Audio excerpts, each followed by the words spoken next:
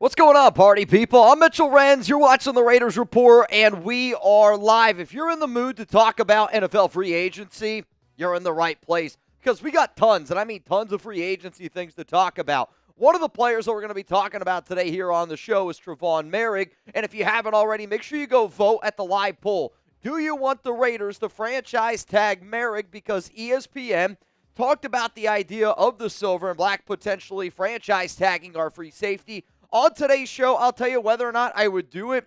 Also, we got some good news, and I want to be able to start this live show off the way that we always do. We're going to be answering questions for probably 10, 15, 20 minutes. Hashtag Raiders, or you could super chat.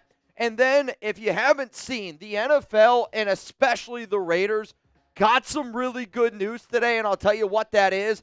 ESPN also linked two other players to the Las Vegas Raiders, so that's instead of LB, it should be LV. And then also we're going to be breaking down the Raiders free agency plan. So many times I get asked, should the Raiders sign this player? Should the Raiders sign this player? So what I ended up doing is I sat down, I looked at Spytek market value contracts. And based on the projection of what certain contracts were for a lot of the NFL free agents, a lot of our own players, I sat down and I put together a 10-step plan for the Las Vegas Raiders. That's all coming up here on today's show. We already got almost 400 people here in the building. If you haven't yet, make sure you click that like button and make sure y'all are ready because this Thursday, my birthday, my dad's going to be in town. It is going to be a wild, wild Raiders happy hour that I hope all of y'all bring your drinking pants for. I know my dad is definitely excited. Here's a question out there for the nation. I'm going to give some shout-outs. That way I can see who is rocking with me on this awesome Tuesday. What up, Patrick B? I see you down there below. Should the Raiders sign Sam Darnold? Give me a yes, give me a no. And I want to ask this question because Darnold has been, I would say, the number one QB most frequently linked to Las Vegas. And I don't think that that's a crazy statement to make.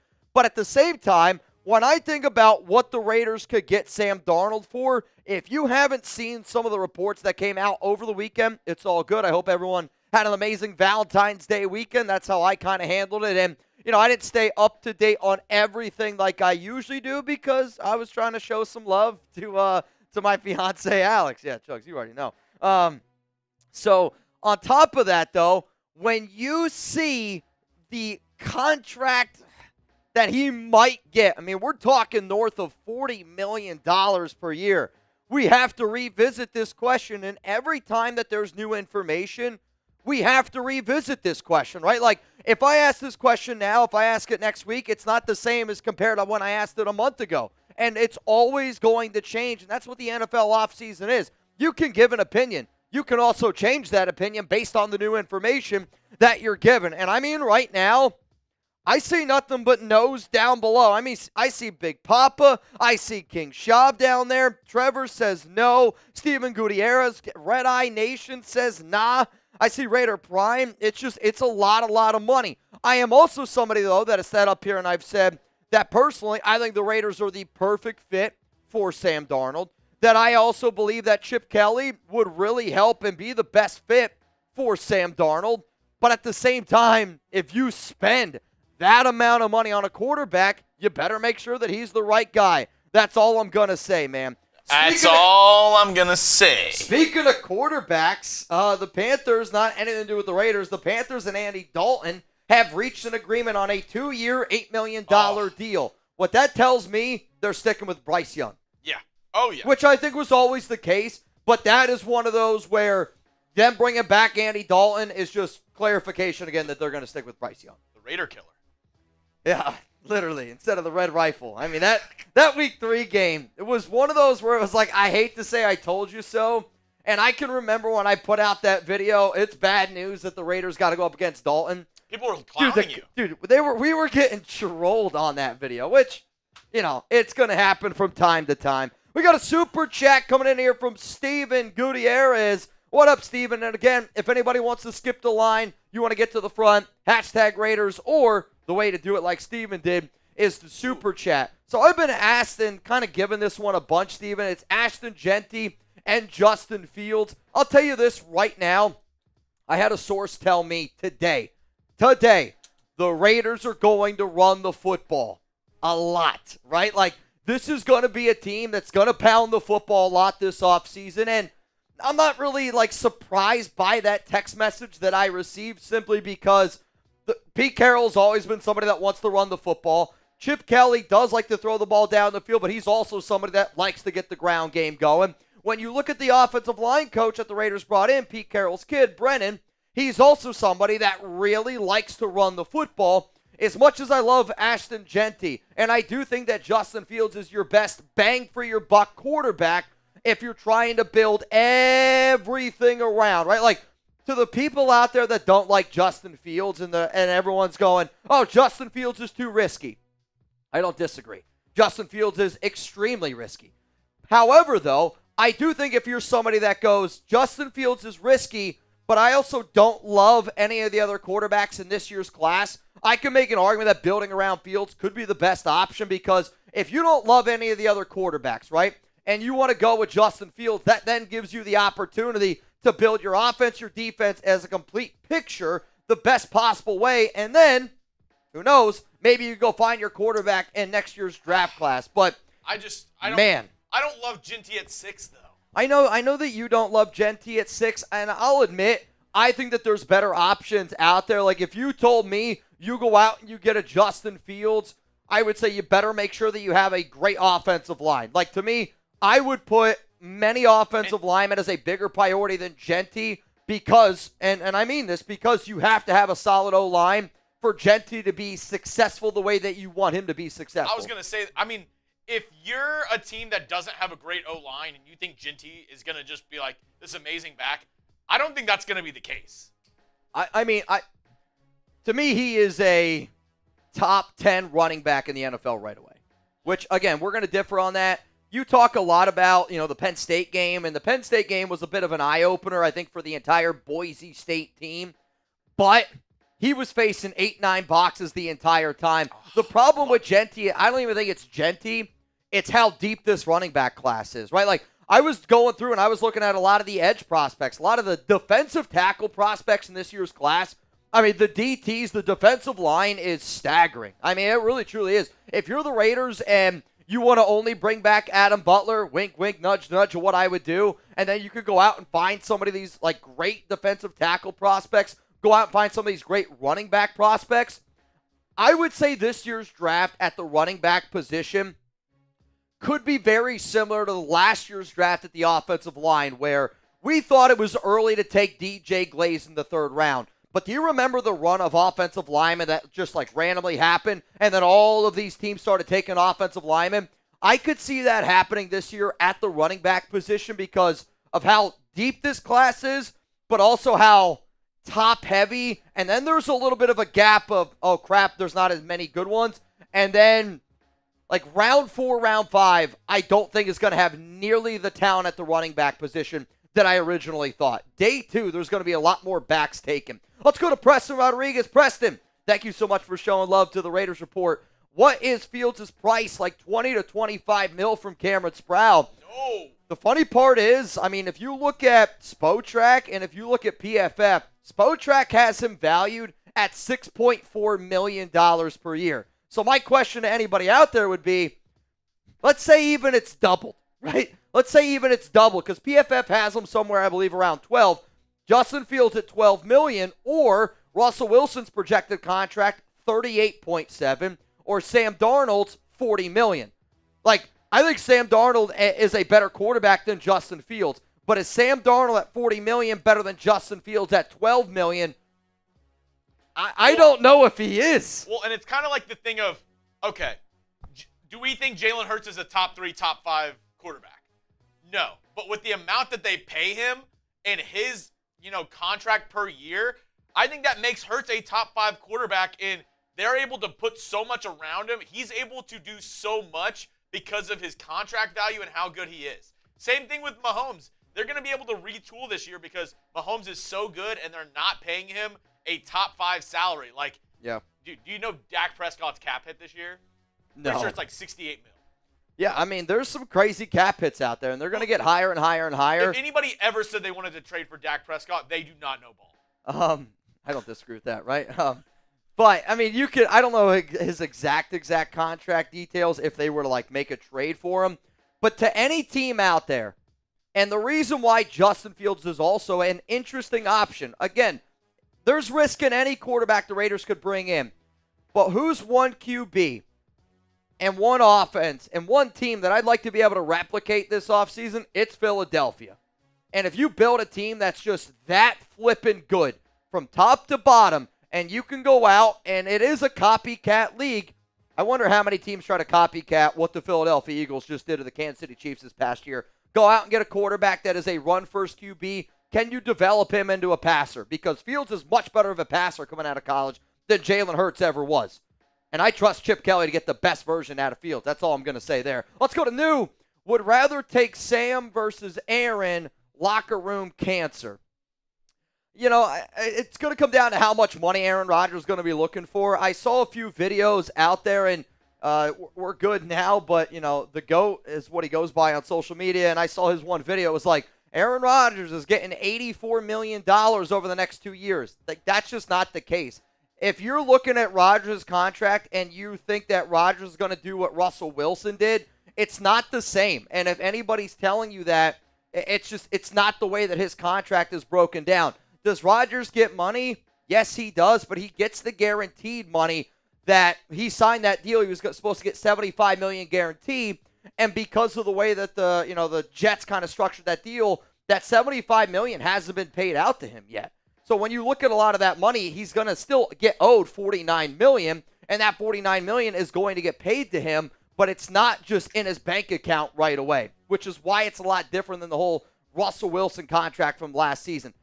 But if you told me Sam Darnold at $40 million or Aaron Rodgers at, like $10 million, you at least got to entertain the idea of Aaron Rodgers. And that's coming from me, somebody who I do think Aaron Rodgers is a little bit of a cancer. But it's because of the way he acted with the New York Jets. If Aaron Rodgers shows me that he's willing to take a cheap deal for a team-friendly deal, well, then that shows me that he's willing to change and that's not that cancer mentality. Let's go to Preston.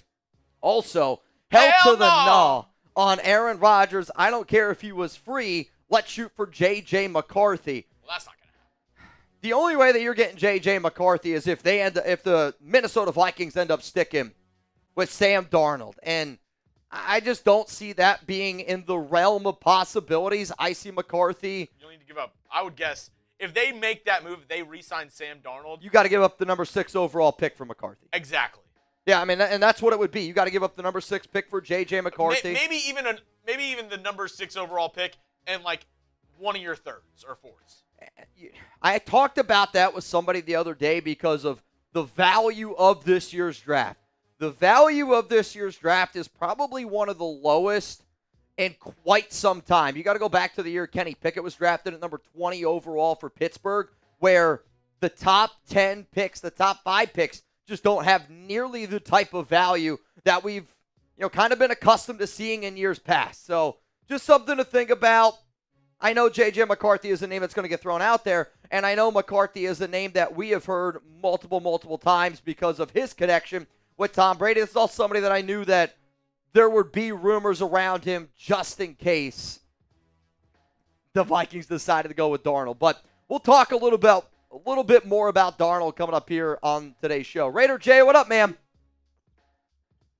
If Fields stays with Pittsburgh, or going to the Jets, then what? I mean, according to reports, he's not going to go back to Pittsburgh. It sounds like the Pittsburgh Steelers have moved on from Justin Fields and that they have moved on from Russell Wilson, that they're going to be looking at different options. Quite frankly, I think New York or the Steelers are a team to look at for Aaron Rodgers. I also think that the Jets are a team to look at that could potentially trade up for the number 1 overall pick. If you told me right now, what team do I think is the most likely to trade up to number 1, I don't think it's the Giants, and I don't think it's the Raiders. I think it's the New York Jets. For the Jets to move on from Rodgers and just willingly be okay eating $49 million, they also are in a full-on rebuild. I could see that team being the team that in a lower year where it's not going to cost you nearly as much to go up to number 1, they're going to try to go up to number 1 and go get their guy. And I think if they did it, I actually don't think it would be Cam Ward. I think if they did it, it would be Shedeur Sanders. Let's go to Pandas. What up, man? Thoughts on drafting Savion Williams, a wide receiver from TCU, in the 3rd round if he's available? I like the idea of drafting a wide receiver in the 3rd round. I'll do some homework on Savion Williams. I haven't done much on him. I'm not going to sit here and lie to you. But at the same exact time, the fact that the Raiders traded away Devontae Adams, and I'm so confident that this is going to be a team that invests in a quarterback in free agency. If you don't make any other signings in free agency, right, and you go into the draft and your top 2 target getters are Brock Bowers and Jacoby Myers, I'm going to sit up here and I'm going to go, the Las Vegas Raiders have to find a wide receiver with one of their top 5 picks. And they have 5 picks in the top 107. That's in the top 4 rounds. But you do have 2 picks in the 3rd round at 68 and 73, which is what you got from Devontae Adams. We do need to go out and we need to be able to find another wide receiver. But until I see which quarterback we get, because the wide receivers that I would build around a QB like Justin Fields compared to a quarterback like Sam Darnold compared to a quarterback like Russell Wilson, it all totally changes. Let's go to Patrick B. What up, my man? The days of hoping the coaches can fix the quarterback are over. We need guys that win. I asked myself, can this guy win a Super Bowl? Fields is a no for me. I'm not going to sit up here and disagree that I think Fields can win a Super Bowl. Though, right now, I don't think Aaron Rodgers can win a Super Bowl. Right now, I don't think Sam Darnold can win a Super Bowl. Right now, I don't think that Russell Wilson can go out there and win a Super Bowl. And if you're going to add a Fields, it's not just can Justin Fields win a Super Bowl? Like, that's not how you should look at it. If you're the Raiders, you got to look at it as, I got 10 total draft picks. I have the 2nd most money in salary cap space. It's not, can Justin Fields win a Super Bowl? It's, can I build a team talented enough on both sides of the football that can at least get us to the dance? And if you can get into the dance, then I do think that almost anything is possible. But if Jalen Hurts can develop into a passer with good coaching, why can't Fields?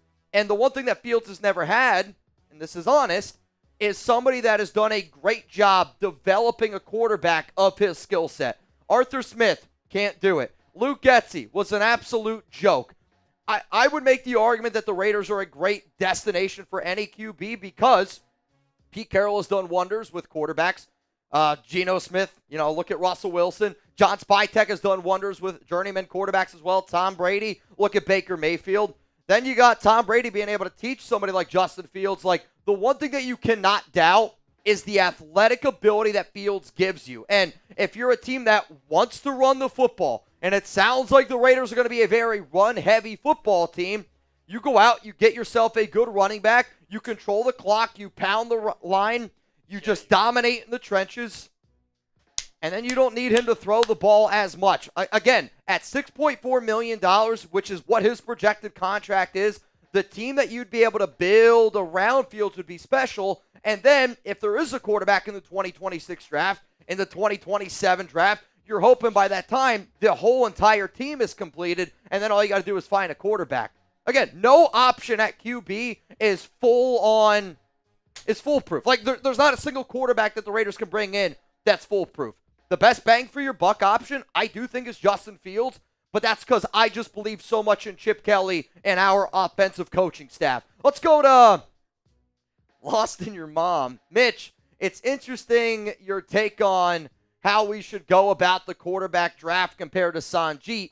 It's all love. Yeah, I mean, I haven't seen how Sanjit does it. We're obviously friends, and he's one of the more guys that I respect his mindset, though I would be curious to see why it's so much different. I mean, for me, I know the Raiders are going to add a quarterback in the offseason. They're going to 100%, just get it already in your mind, they're going to add somebody in free agency, and they're going to do it early. Whether it's trade, whether they're going to sign, I would say by March 12th, 4 p.m. Eastern time, y'all already know who the Raiders starting quarterback is going to be based on the moves the Raiders are going to make. And then, if you don't love anybody in the draft, like, I still think that they're going to try to bring somebody in for the draft.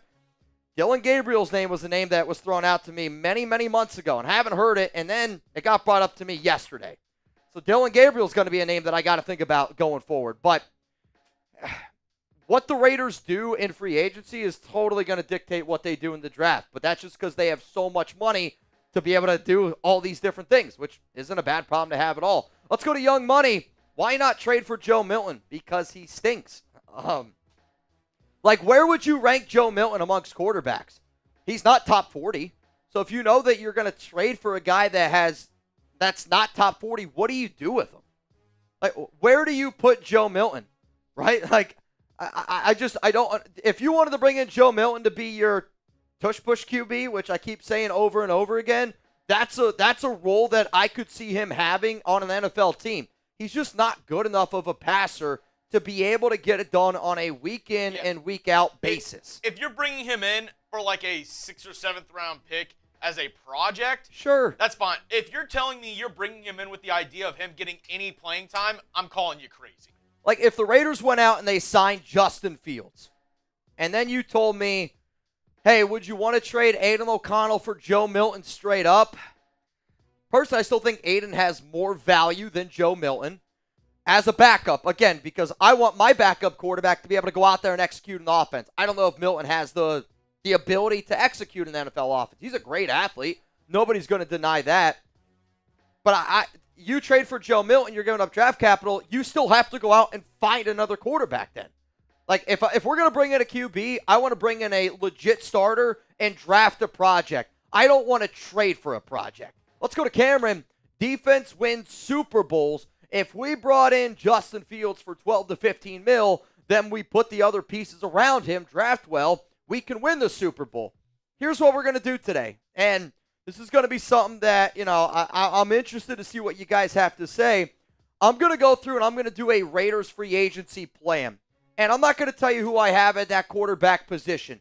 But my mindset is I am going to try to build a team that lets us compete in the best way possible. And that's all I'm going to say. But you're right. If you bring in Fields at 12 to 15 mil, which is almost 3 times what he's projected to get on Spotrac, and I'm not saying Spotrac's right every time. PFF's not right every time. But there is a considerable difference of what you're going to have to pay for Justin Fields compared to what you're going to have to pay for Russell Wilson and Sam Darnold. And at the time that we are talking right now, those are the top options on the market. Yes, Aaron Rodgers is about to hit the open market as well. But I still think Rodgers is going to make, 20, 25, $30 million. That's a lot of money for an old man. Let's go to John Rodriguez. F. Rodgers, F. Darnold, and F. Russell Wilson. All right. Go get Fields, and if quarterback isn't available at 6, get best player available, not Genty. Get Henderson or Junkin. I was talking to an NFL scout the other day, and he told me that he thought Travion Henderson could go in round 1, which is way too rich for my blood. Quinshon Judkins is a good back. I would want somebody else that's got a little bit more wiggle to them. Like, Judkins is a solid, no BS type of runner, but he's not going to break away. To me, he is a great B option. Quinshon Judkins in your backfield is the way that I would say Jacoby Myers is as a receiver. He's not a true 1, but if he's your number 2, you're feeling pretty damn good about it. Cameron, what's up, my man?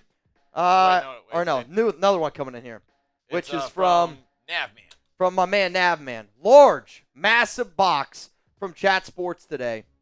Hell, I got no idea what is in it. Guess I will unbox on IG. Looks like you are un-effing your logistics. No franchise tag make any sense for us. By the way, we're going to talk about franchise tags, and if you haven't already, go vote of whether or not the Raiders should tag Merrick. You should do it right after live and just have everybody go to your IG. I know it's in the box, and there's a lot of stuff in there. That's all I know.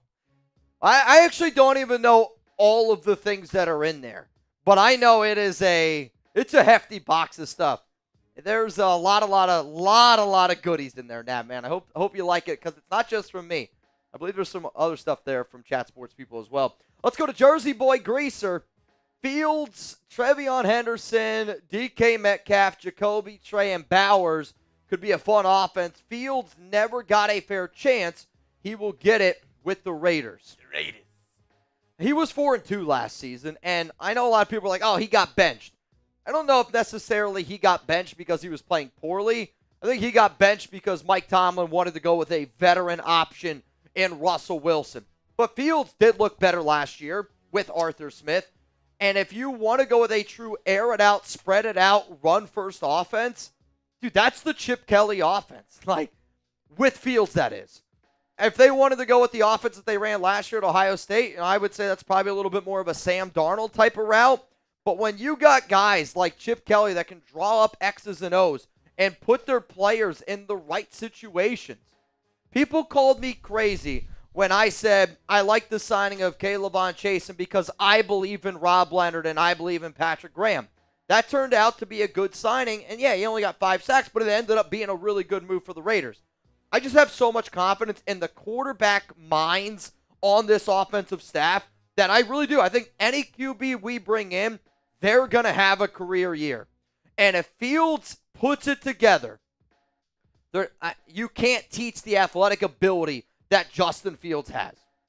I don't know if you could teach him how to throw the ball down the field, but you can't teach the athletic ability that young guy has right there. Let's go to Raider 508. Genty or T-Mac at 6, Dart in the second. If I had to pick right now, I would take Genty over T-Mac, and I only say that because we don't have a quarterback. And if we go out and if we sign Sam Darnold, I'll say T-Mac at 6 over Genty. If the Raiders go out and they sign Justin Fields, I actually would say Genty over T-Mac. Though, T-Mac, Brock Bowers, and Jacoby Myers, that's fun, dude. That's fun. Give me T-Mac over Genty. I just don't know how much T-Mac wants to block, and he might be willing to block right away, no doubt about it. But if we have Justin Fields, be ready to run the football. If the Raiders have Fields at QB, I'm saying right now they are a top 5 rushing attack in the NFL. Top 5 rushing attack in the NFL, that's what they're going to try to do, and that's clearly what their mindset would be on. Jansen, what's up, my man? I've seen just about every free agent and trade candidate in the NFL linked to the Raiders. Well, that's because we have all the money, along with a half dozen teams trading for Crosby. Yeah, you got to understand what it's like to be a content creator, and I get it at this point. It's also why every time the Raiders are linked, I do try to make a video around it because of how many people are always talking about the Raiders. But when you have the second most money in salary cap space, you have the opportunity to really change this entire franchise in one offseason, just the way the Washington Commanders did last year. They were one of the worst teams in the NFL. They had all the salary cap space. They had all the draft picks. They totally revamped their front office coaching staff, and then they ended up getting the NFC Championship game, losing to the Super Bowl champs. It can happen. You just got to have the right people making the right calls. Lamont, why doesn't anybody talk Zach Wilson? Better numbers than Fields and better arm. Because he's not better than Justin Fields.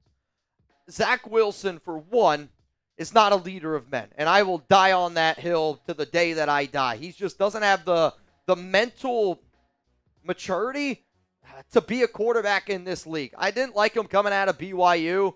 I actually don't think he has a stronger arm. He might have a more accurate arm. He's not even close to the athlete that Justin Fields is. And again, why am I going to take a shot on Zach Wilson? I just don't believe in Zach Wilson as a prospect. I do believe in Justin Fields as a prospect. What's up, Navman? Coincidence Panda Sups sent as well, same day. I don't know. Did you use the FKC? I would say yes, that is a coincidence. That would be a coincidence. I didn't send you anything from Panda. Yeah, I didn't. The only things that I sent out, I sent Brandon Jasper something really, really cool, which he said he got it and he loved it. But no, I didn't send you anything from Panda, so that one's just a coincidence. All right, how about this? We got 2 more super chats to get to, and then I want to get into our first Raider segment here on today's show. Let's go a little flapjack.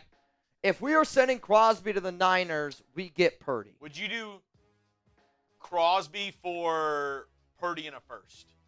Like, we also get a first-round pick?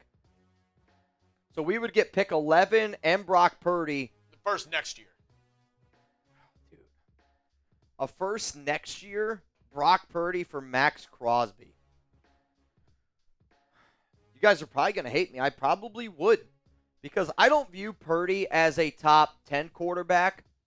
I do view Purdy, though, as a... Now, I would change my answer if we have to pay him. I would want Purdy on that rookie deal. No, you have to pay him. Then no, I'm not interested. Because in my mind, then Yeah, I want to be able to find it. Like I would use that first round pick. He hasn't gotten paid for the past 3 years. Of course, he wants to get paid. I get he wants to get paid. I'm saying in my mind, I would value that first round pick next year to be able to go get my QB. And because they're trading away their quarterback, I would think in my head that pick's going to be a high pick. But if you're telling me I got to pay Brock Purdy $55 million a year and he's going to be our long-term answer, then no, I'm not interested. You're only in it if you get to pay him nothing. Yes.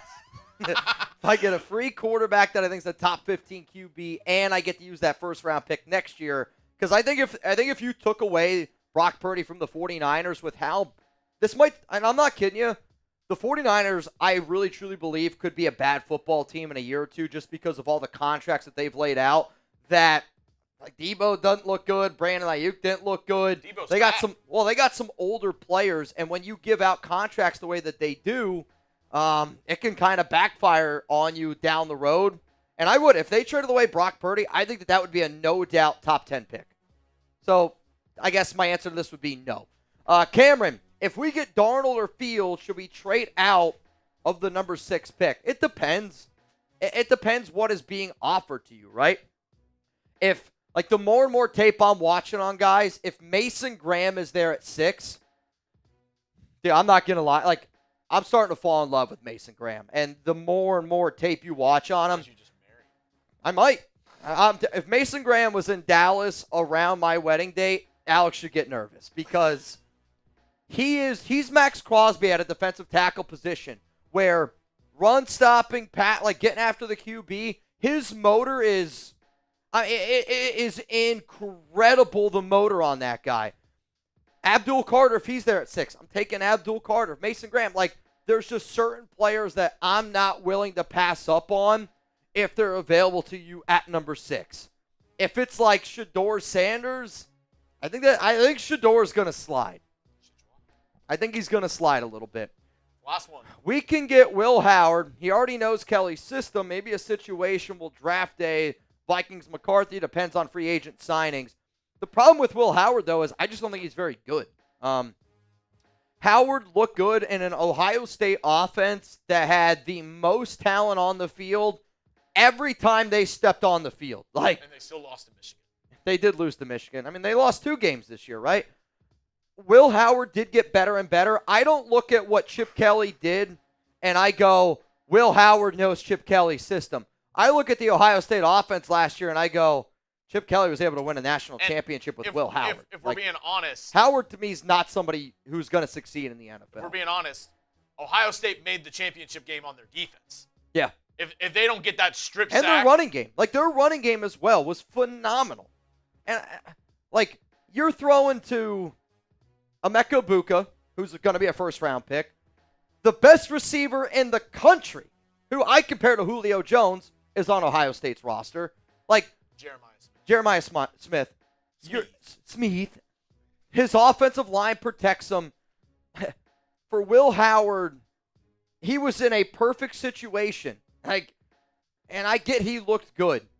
But I think Kyle McCord's better than Will Howard. Like, I'm not taking Will Howard unless he is a round 5 or 6. And I just don't think he's going to be there round 5 or 6.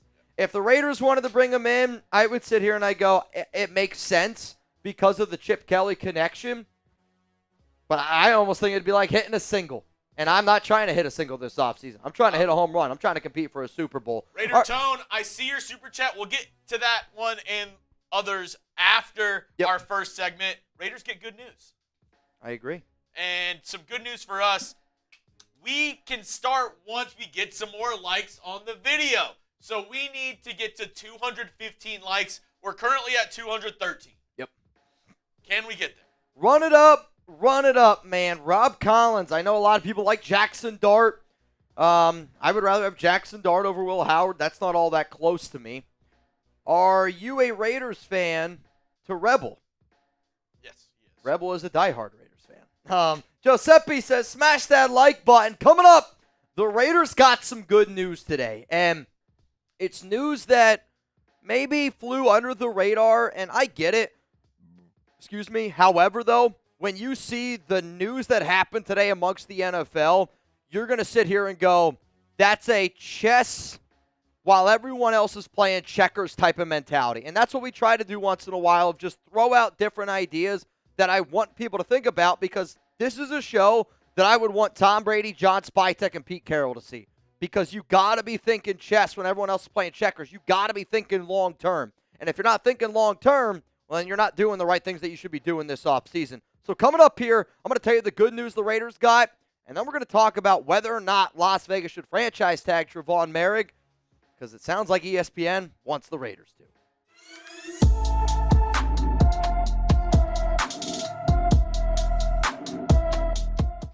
Coming up today here on the Raiders Report, the Silver and Black got great news from the NFL, and I'm going to tell you why this is going to make you happy. Quite frankly, Tom Brady, John Spytek, Pete Carroll, they need to see what this good news is, because you need to plan accordingly. Then, should the Raiders franchise tag Trevon Merrick? ESPN recently put out an article saying that there is a possibility. I'm going to give you my 2 cents on whether or not Las Vegas should tag Trevon Merrick. Now, reminder, this is going to be the craziest offseason that we have ever covered here on this show, and it's going to be a wild one for everyone. Hit that subscribe button. Make sure your notifications are turned on, because if the Raiders trade for somebody, we'll go live. If the Raiders sign anybody in free agency, we'll go live. If the Raiders do anything, I promise you, we're going to do everything in our power to make sure that we are keeping you up to date 365 all offseason long. So the news that ended up happening today from the National Football League that is really, really good news, especially for the Raiders. Now, technically,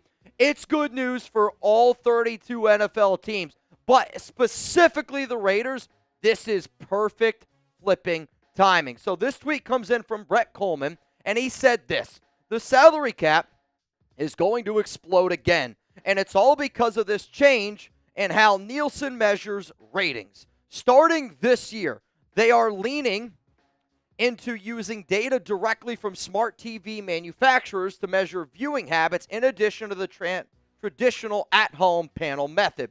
I know, we'll get there. This means NFL ratings, in particular from Sunday Ticket on YouTube, are going to be more accurately measured. And that number is going to be way bigger than you think, because of just how many Gen Z and millennials consume football on streaming services. More accurate ratings mean the league's next broadcast rights negotiation, 2028-2029. John Spytek's got a 5-year, Pete Carroll 4th-year option. We'll get to it. It's going to be way more expensive, which ultimately means massive jumps in the salary cap. If I'm a GM, that means next year, or maybe even this year, I can sign some truly outrageously backloaded deals with a ton of funny money that all slams home in 2030 and not even care about the math. So coming up here, and I know that there was a lot to digest in that tweet. However, if you're a Raiders fan and you read that tweet and you don't go 6 to midnight and don't think that that's great news, I'm going to break it down why it is, because every single offseason, you got to plan accordingly. And we always talk about salary cap. We always talk about the draft.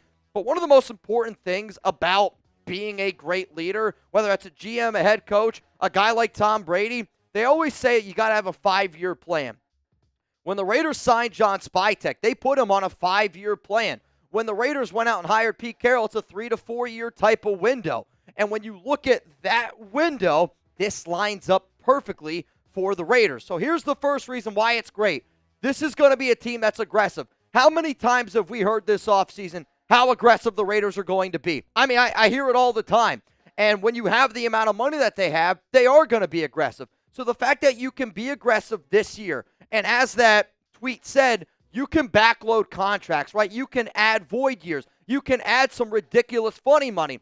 Think about it like this. When the Raiders went out and they had Devontae Adams, it was 5 years, 140, and it was a little bit of money in the first 3, a lot of money on that back end. Because the NFL is projecting salary cap to go up, because the media is about to go up, because they're about to get paid, you could put a lot of that funny money back in 4 years from now, and it might not be crazy money in 4 to 5 years because of the TV deals that the Raiders, that all these NFL teams are going to get. So for an organization that knows it has to be aggressive this offseason, this is perfect timing, because it can pay off in the long run. So how aggressive will the Raiders be this offseason. This is going to be the pinned comment on today's show. You're about to get hit with a YouTube ad break. While the ad is playing, I want you to scroll on down and give me your answer. Scale it from 1 to 10. 1, not aggressive at all, tail between the legs. 10, they're going balls to the wall, man.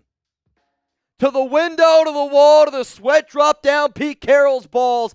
That's how aggressive the Raiders are going to be this offseason. It's a 10. And it's a 10 because Pete's going to be 74.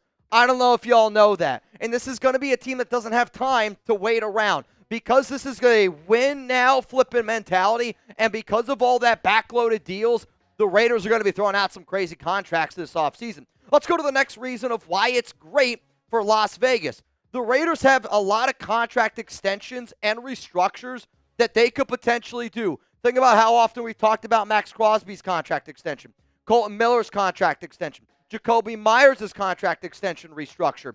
The fact that Crosby already has 3 void years until 2029, that's perfect for Crosby. If I'm the Raiders, I also look at anybody that doesn't have guarantees, and I try to get them some extra money down the road, 2028, 2029, because once that salary cap goes up, you're going to be able to pay a lot of those players when maybe right now you're going, I don't know if we're going to be able to do it. Knowing that the TV deals are going to go up, now you're sitting there going, all right, I can do these restructures. I can give these extensions, which helps out the Raiders lower their salary cap for right now. Let's go to the next reason here, and it's the biggest one. Spytek and Pete Carroll is a 3 to 5 year window. They gave Pete a 3-year deal with a 4th-year option, which ends in 2028. They gave Spytek a 5-year deal, which ends in 2029. If you already know that, here's the thing. The Raiders aren't going to fire Pete. They're not going to move on from a head coach. They are going to let Pete Carroll run this ship for 3 years, no matter what, and then they'll give him that 4th-year option. If you know no matter what that your head coach and GM is in this window and that everybody is staying put for 3 to 5 years and you can look at that projection, this is your time to go out there and be aggressive. All of those reasons is why the news at the NFL media is going to go up in 2020, or is going to go up every year, but specifically when that next contract comes out in 2028, 2029 for the Raiders, you hearing that today, you knowing that information means that you can start planning now for the next 5 years. That's your 5-year plan, Pete. That's your 5-year plan, John Spytek. Coming up next here on the show, could the Raiders franchise tag Trevon Merrick? This was talked about in an ESPN article, and I'm going to break it down here in just a moment. Before I do, huge shout-out to our sponsor, Prize Picks. I don't know about y'all.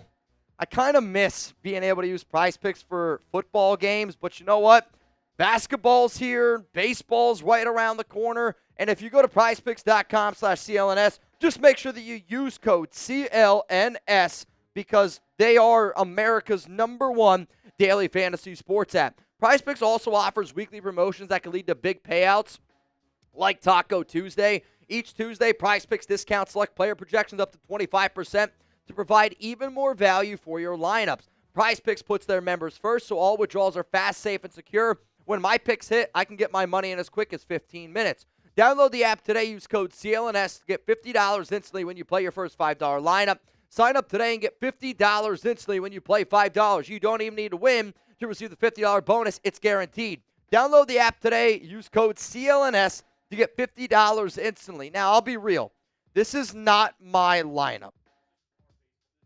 But this is a Chat Sports baseball, more or less on Prize Picks for the season if you want to go with it. So I actually like to do this once football gets rolling out. You can go more or less like season-long look-ats. But you can do it for baseball. Like, I love watching Paul Skeens. When Paul Skeens pitches, I take it upon myself to sit down and I try to watch him a little bit because he's like must-watch. And if there are certain players that you know for a fact that you're going to sit down and watch, like I'm a Mets fan. There's going to be, every time Juan Soto steps up to the plate, I'm going to be watching Juan Soto when I can. So knowing that, just put a little bit of money down, you have an opportunity to win some, it gives you a chance to watch a sport and enjoy something that, I'll be real, I don't really watch baseball in the regular season.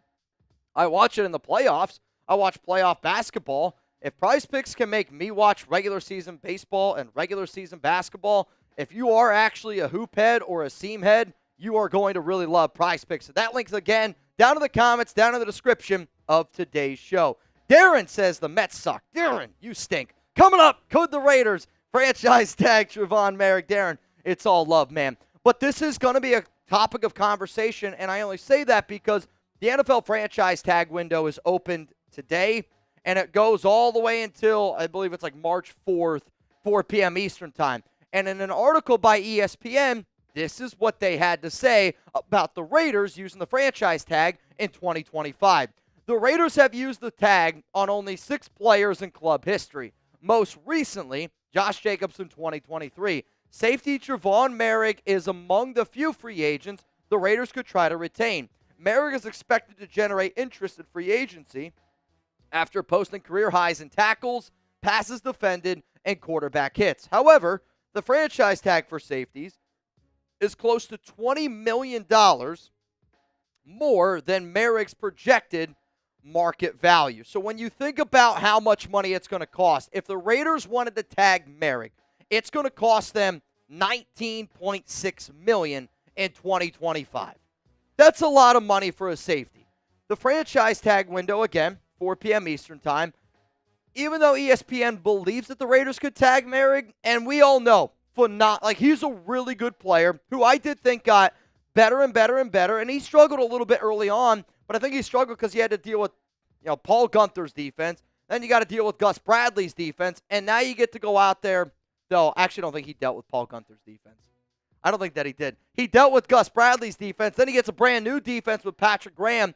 But when you saw that he got to learn that PG system, struggled in year 1 in 2022, but then in 2023 did better, and then did better again in Patrick Graham's system. So here's going to be my question. Do you tag him, or do you let Merrick walk and test the open market in free agency? I'm going to give you my answer after this YouTube ad break, but I want to let you know. Type T for tag, or you can just type tag, or type let walk. What should the Raiders do with Trevon Merrick? I love Merrick, and I want the Raiders to try to re-sign him, but I am not interested in franchise tagging number 7 at $19.6 million because I don't think he's going to get $19.6 million on the open market. Quite frankly, if he gets anything over $16 million, that's going to be a lot. Now, when you look at his overall market value, and I looked at from Spotrac and PFF, Spotrac has him getting somewhere at 15.7. PFF has him getting somewhere at about $15 million per year. The numbers I projected before I looked at Spotrac and PFF, I thought he was going to be somewhere around 12 to 15 mil. And that apparently is a little bit too low. My point is overspending, and I get it. It's 1 year.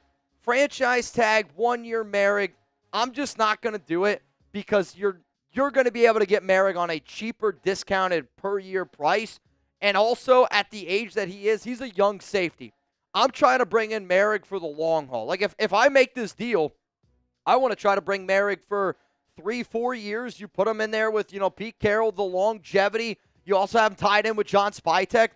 He is a good player. But at $19.6 million on a franchise tag, I'm just simply not interested in that. Now, again, we do a bunch of different shit on this show all the time, and I appreciate everyone for always tuning in. But I mean this. I need y'all to show up February 20th, 3 p.m. Eastern time. It's my birthday. I'm turning 32 years old. My dad's going to be here in the building. He's going to be ready to party with the nation. So if you like Thursday happy hour type shows, I need you to tune in, and I need you to be ready to get a little bit wet and wild with my dad. He's not going to take 10 fireball shots again, though we are going to have a good time. Make sure you're subscribed. Make sure you're tuned in. Trevon Merrick, I'm not franchise tagging him. And about the news with the deals going up, really, really good news here for the Las Vegas Raiders. And in the offseason, that they're going to be hella aggressive. All right, Chugs, I gave my 2 cents on Trevon Merrick. Tag or let walk? Are you kind of in the same boat there? Yeah, it just doesn't make any sense to tag him at this moment. Like, if you're going to tag him, I'd much rather you just go out and just pay Javon Holland. Like, why not just pay a guy like Javon Holland who arguably could be better for the Raiders at that price tag? And that's around where I think, Javon Holland's going to get that money around the $20 or $20 million a year mark. That's what I would do. I would let him walk in that instance. Now, if you could get him closer to that, like, $15, $14 million a year range, like, I'm cool with that. Yeah. But also, the safety market in free agency is it's pretty hefty. I was actually looking at it But earlier. here's my only thing, and I feel like and this is one of the notes that I have written down, and I always say this, like, because I've done this show so many times, I just write stuff down to always keep in mind. Every single offseason, I just feel like safeties are over-projected. They're, like, I go back and I look at what safeties were projected to get on PFF, Spotrac, all of these deals. And then they just don't get anywhere near that. Yeah, I mean, certain guys get paid. Don't get me wrong. It's hard to project it because it's not a certain, like, this is the value for this guy. Yeah. It's what are people willing to pay for him, Yep. and what is that guy willing to take on a deal. I mean, if we think about, though, how many safeties last year were free agents in June, July. Like, we talked about it all the time. What if I told you right now the Raiders could have Derrick Henry on the contract he signed with the Baltimore Ravens? Sure. Yeah, of course. Almost every team would do it. But last offseason, Yep. his market value was down, and teams weren't comfortable giving him that amount of money. If you ask teams now, they would have probably paid him double what he made with the Ravens last year to play for them. Yeah. So that's how, I mean, it's just free agency and how it works. So people forget. Too often we think free agency is based on what you've done. It is not. It is projecting what you can do in the next 2 to 3 years. Teams are like, oh, cool. That's cool that you did that in 2022, 2023. How young are you? How do you project over the next 2 to 3 years? Sure. And people always think people are getting, these contracts. Same with Justin Simmons last year, the safety who signed with the Atlanta Falcons. Everybody was like, this dude's a 3-time All-Pro. He's not making $20 million a year. He signed a 1-year deal for what, like $12 million, $13 million? Was not a lot. Yeah, like. Not a lot. I'm looking at the safeties right now. Besides Trevon Merritt, you also have his running mate Marcus Epps. Yep. You have Javon Holland, Talanoa Hufanga, Cameron Bynum, Justin Reed. You have Xavier Woods, Jeremy Chin, Julian Blackman, Justin Simmons, and you have back from the dead DeMar Hamlin. So all of those guys available. But, like, so I'm looking right now at free agent contracts, right? Justin Simmons last year played at 7.5. Marcus Epps last year played at $6 million. Xavier Woods, $5 million. When you look on Spotrac at the most expensive free agents, okay, at the safety position, based on what they made the previous year, Justin Reed, $10.5 million is the most at safety. It's the most. That's about to hit the market, right? So I feel like every single year, Spotrac PFF is just very off on their projections at the safety position, and safeties just don't make as much as what we think. Like, that's going to be my only 2 cents there. We got to think about it. We got to look at it. Speaking of looking at it, we got some super chats that we got to look at here on the show. Again, hashtag Raiders, or you can super to skip the line. I'm going to be answering questions here for probably the next 10 minutes, and then we will get into the next segment because ESPN also linked 2 players to the Raiders, and they are big-name players. Let's go to Raider Tone. Sign Fields and Mekhi Becton. Trade for DK. Draft Kelvin Banks out of Texas. Caleb Johnson, and then Tate Ratledge. So I think you're going to like one of the segments that I do today, Raider Tone. I actually like this idea a lot. Like, if you told me right now, if the Raiders, instead of because T. Higgins could be franchise tagged. If T. Higgins gets tagged, Chris Godwin's value goes up a little bit. I would say the number 1 receiver most likely to get paid over $20 million on the Raiders next season is DK Metcalf. I do think that there is a chance because of how good of a relationship Metcalf has with Pete Carroll, still to this day. But what I like what you did here, Raider Tone, and this is why I tell people it totally depends on what the quarterback situation is. Because you go out and you sign a Justin Fields. You get a really physical offensive lineman in Mekhi Becton, somebody you're going to be able to clear space with. Then you get a DK Metcalf, a field stretcher that can also run block. Then you go out and you draft Kelvin Banks, a big offensive tackle out of Texas. Who knows? Maybe you could put him on the right side. Maybe Colton Miller is willing to go to the right tackle spot. You put Kelvin at left tackle. Caleb Johnson, physical runner. And then you go get Tate Ratledge from Georgia, who, again, is a very physical offensive lineman. Like, with this offensive line, in my mind, you got Colton Miller. Let's just go Colton Miller. Let's say Tate Ratledge, JPJ, Mekhi Becton, and then also you're throwing over Kelvin Banks, right? That is a phenomenal offensive line with a physical runner with an extremely athletic quarterback. And because you're not spending a lot of money, the amount of money that's spent on that offense right there, You're able to go out and bring back a Robert Spillane and Adam Butler. You're able to bring back potentially Trevon Merrick. You're able to go out and sign a Josh Sweat. Like, you can do so many other things. So Raider Tone, I know that we don't always get, this isn't even really a question, but this is the right thought process. And this is how you build a team with having certain pieces.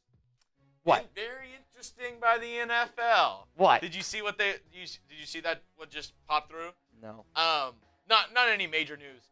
They had fined Joe Mixon and Will Anderson each $25,000 after the Texans-Chiefs games. Uh-huh. Those both have been now overturned, so they don't have to pay the money anymore. Good. I mean, I actually think that the NFL heard the complaints from fans, media personalities, players. I think that's why the NFL or the Super Bowl was more fairly called. I agree. I agree. I mean, you saw that first play with A.J. Brown going down the field. After that, it was completely a fair called game. I would say the one even out call, which I thought was a little testy, was the head-to-head helmet-to-helmet contact on Goddard. Agreed there. So it was one bad call on each side. I agree. Besides that, I thought it was a pretty decently called game. Agreed. Now, man, Jugs, we'll need your technical expertise after. Funny enough, Nav, man, Mitch actually goes live way more than I do on Instagram. I actually am not very... I don't think... Yeah, if you need IG help, I can help you out. I was going to say, I think I've only gone live on IG like a handful of times. Not a lot. It's not difficult, but if you need some help now, man, I got you. Just you got to hit me up after the live show. Raider J, AOC numbers based upon last 5 starts. If started all 17 games, you guys know I like this shit. 3,933 passing yards, 20 touchdowns, 7 interceptions. Compare starting quarterback, no holes for running back, 2 offensive coordinators. So his last 5 starts, you're saying... But I hate this because it's like, I feel like you could take a 3-game stretch from Jimmy G where he was good and be like, dude, if he did this for 17 games, he'd have 4,500 yards, 29 touchdowns, and 4 interceptions. I guess my question to you, Raider J, how many games do you think the Raiders win if he throws for? Because you're obviously giving me this 5-game sample size because this is a good sample size for Aiden O'Connell believers. But 20 touchdowns, 7 interceptions, and under 4,000 yards. I mean, we're not winning 9 games here, right? Like AOC's not going to give you anything with the ground game. Yeah, you're able. If you go this route, your offense struggled again, right? Like this is not a good offense in the NFL. Now maybe you went out and you signed a running back that also gave you, I don't know.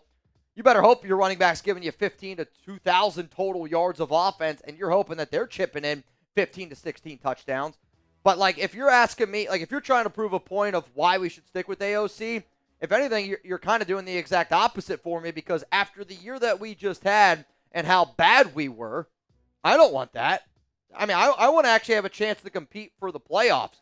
And, Aiden, you have a chance to compete to be 500. I'm not trying to compete to be 500. I'm trying to win a Super Bowl. And that's just, like, it's just not going to happen with Aiden O'Connell. We just got to be able to move on from it. And I honestly think the sooner fans realize that AOC ain't that dude and he's a really good backup quarterback, you're just going to sleep better at night.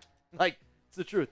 Now, man, first 9 seconds of NHL full-out fights might get me interested in these mother effers could actually fight. Your knuckles on a helmet and counterproductive. Soap operas seem more legit. I'm just saying. Thoughts? NHL equals WWE. I don't agree with that. Like, some of those fights are legit. I'll also say this. I've been in a few fights.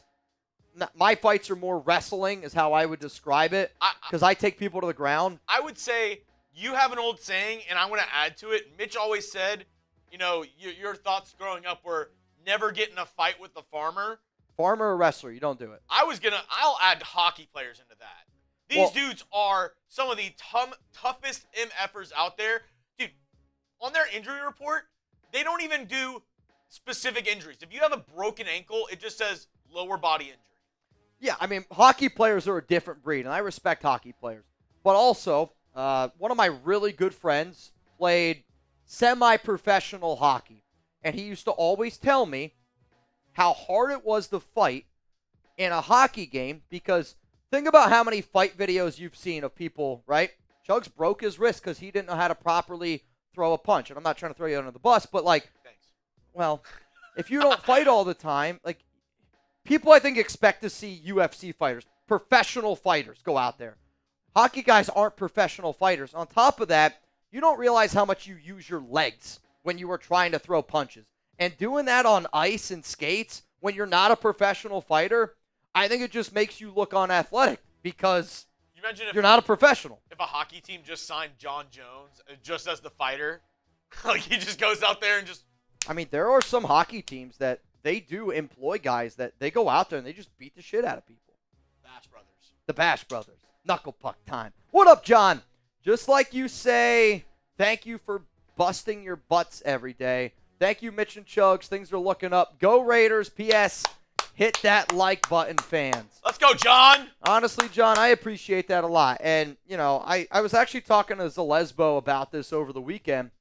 And, you know, shout out to Mount Raider Moore. Shout out to, there was a huge group call that featured Brandon Jasper, a bunch of people from Mount Raider Moore. Zalesbo was on that call. If anybody else from the chat was on that call, type me down below. But my point was, I was talking to Zalesbo yesterday. Maybe it was Saturday. Zalesbo, if you're here, let me know what day it was.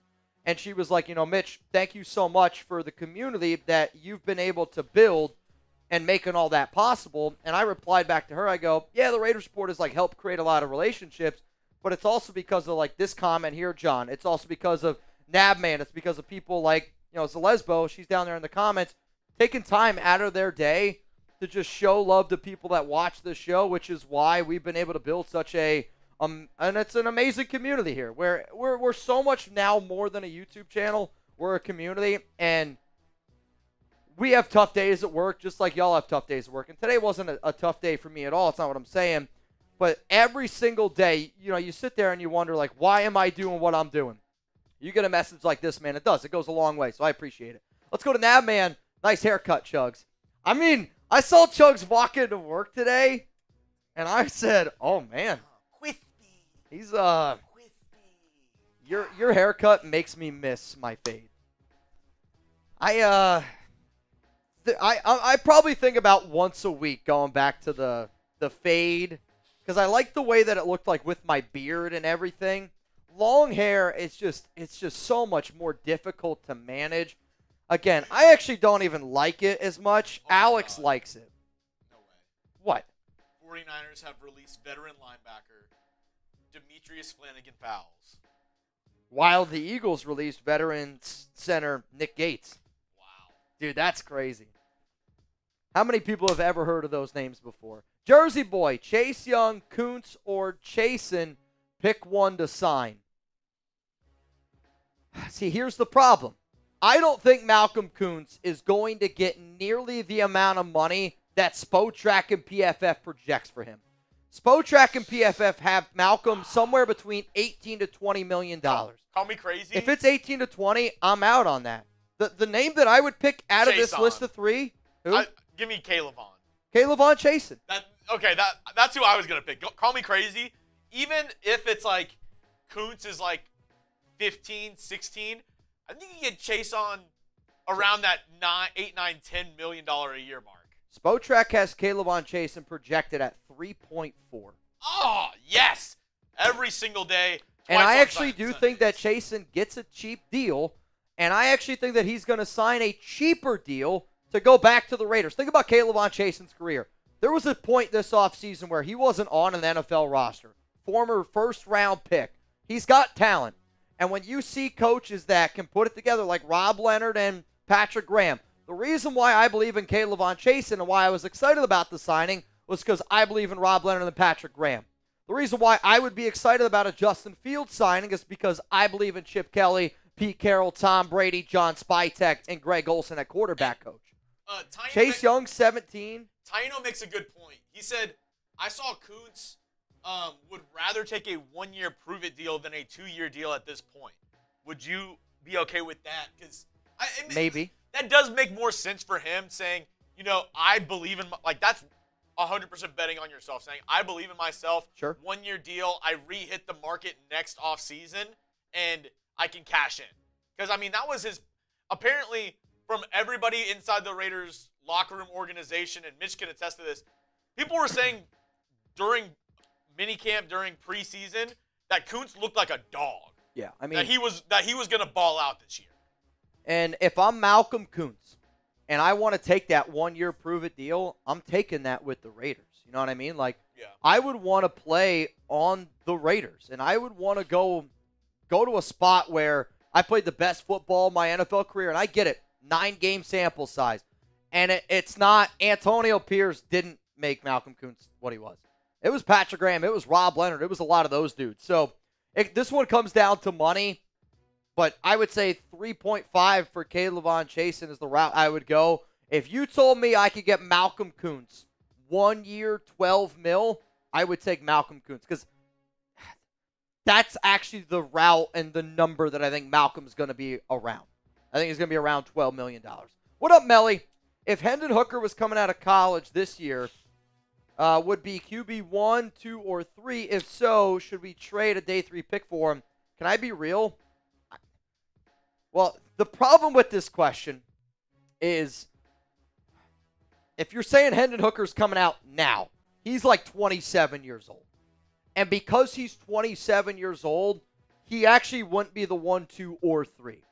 If it was Hooker when he was first coming out of college, I actually don't think that he would be 1 or 2 because he's still up there in age. And people would be afraid to take an older quarterback with a knee issue. I think he would be the third.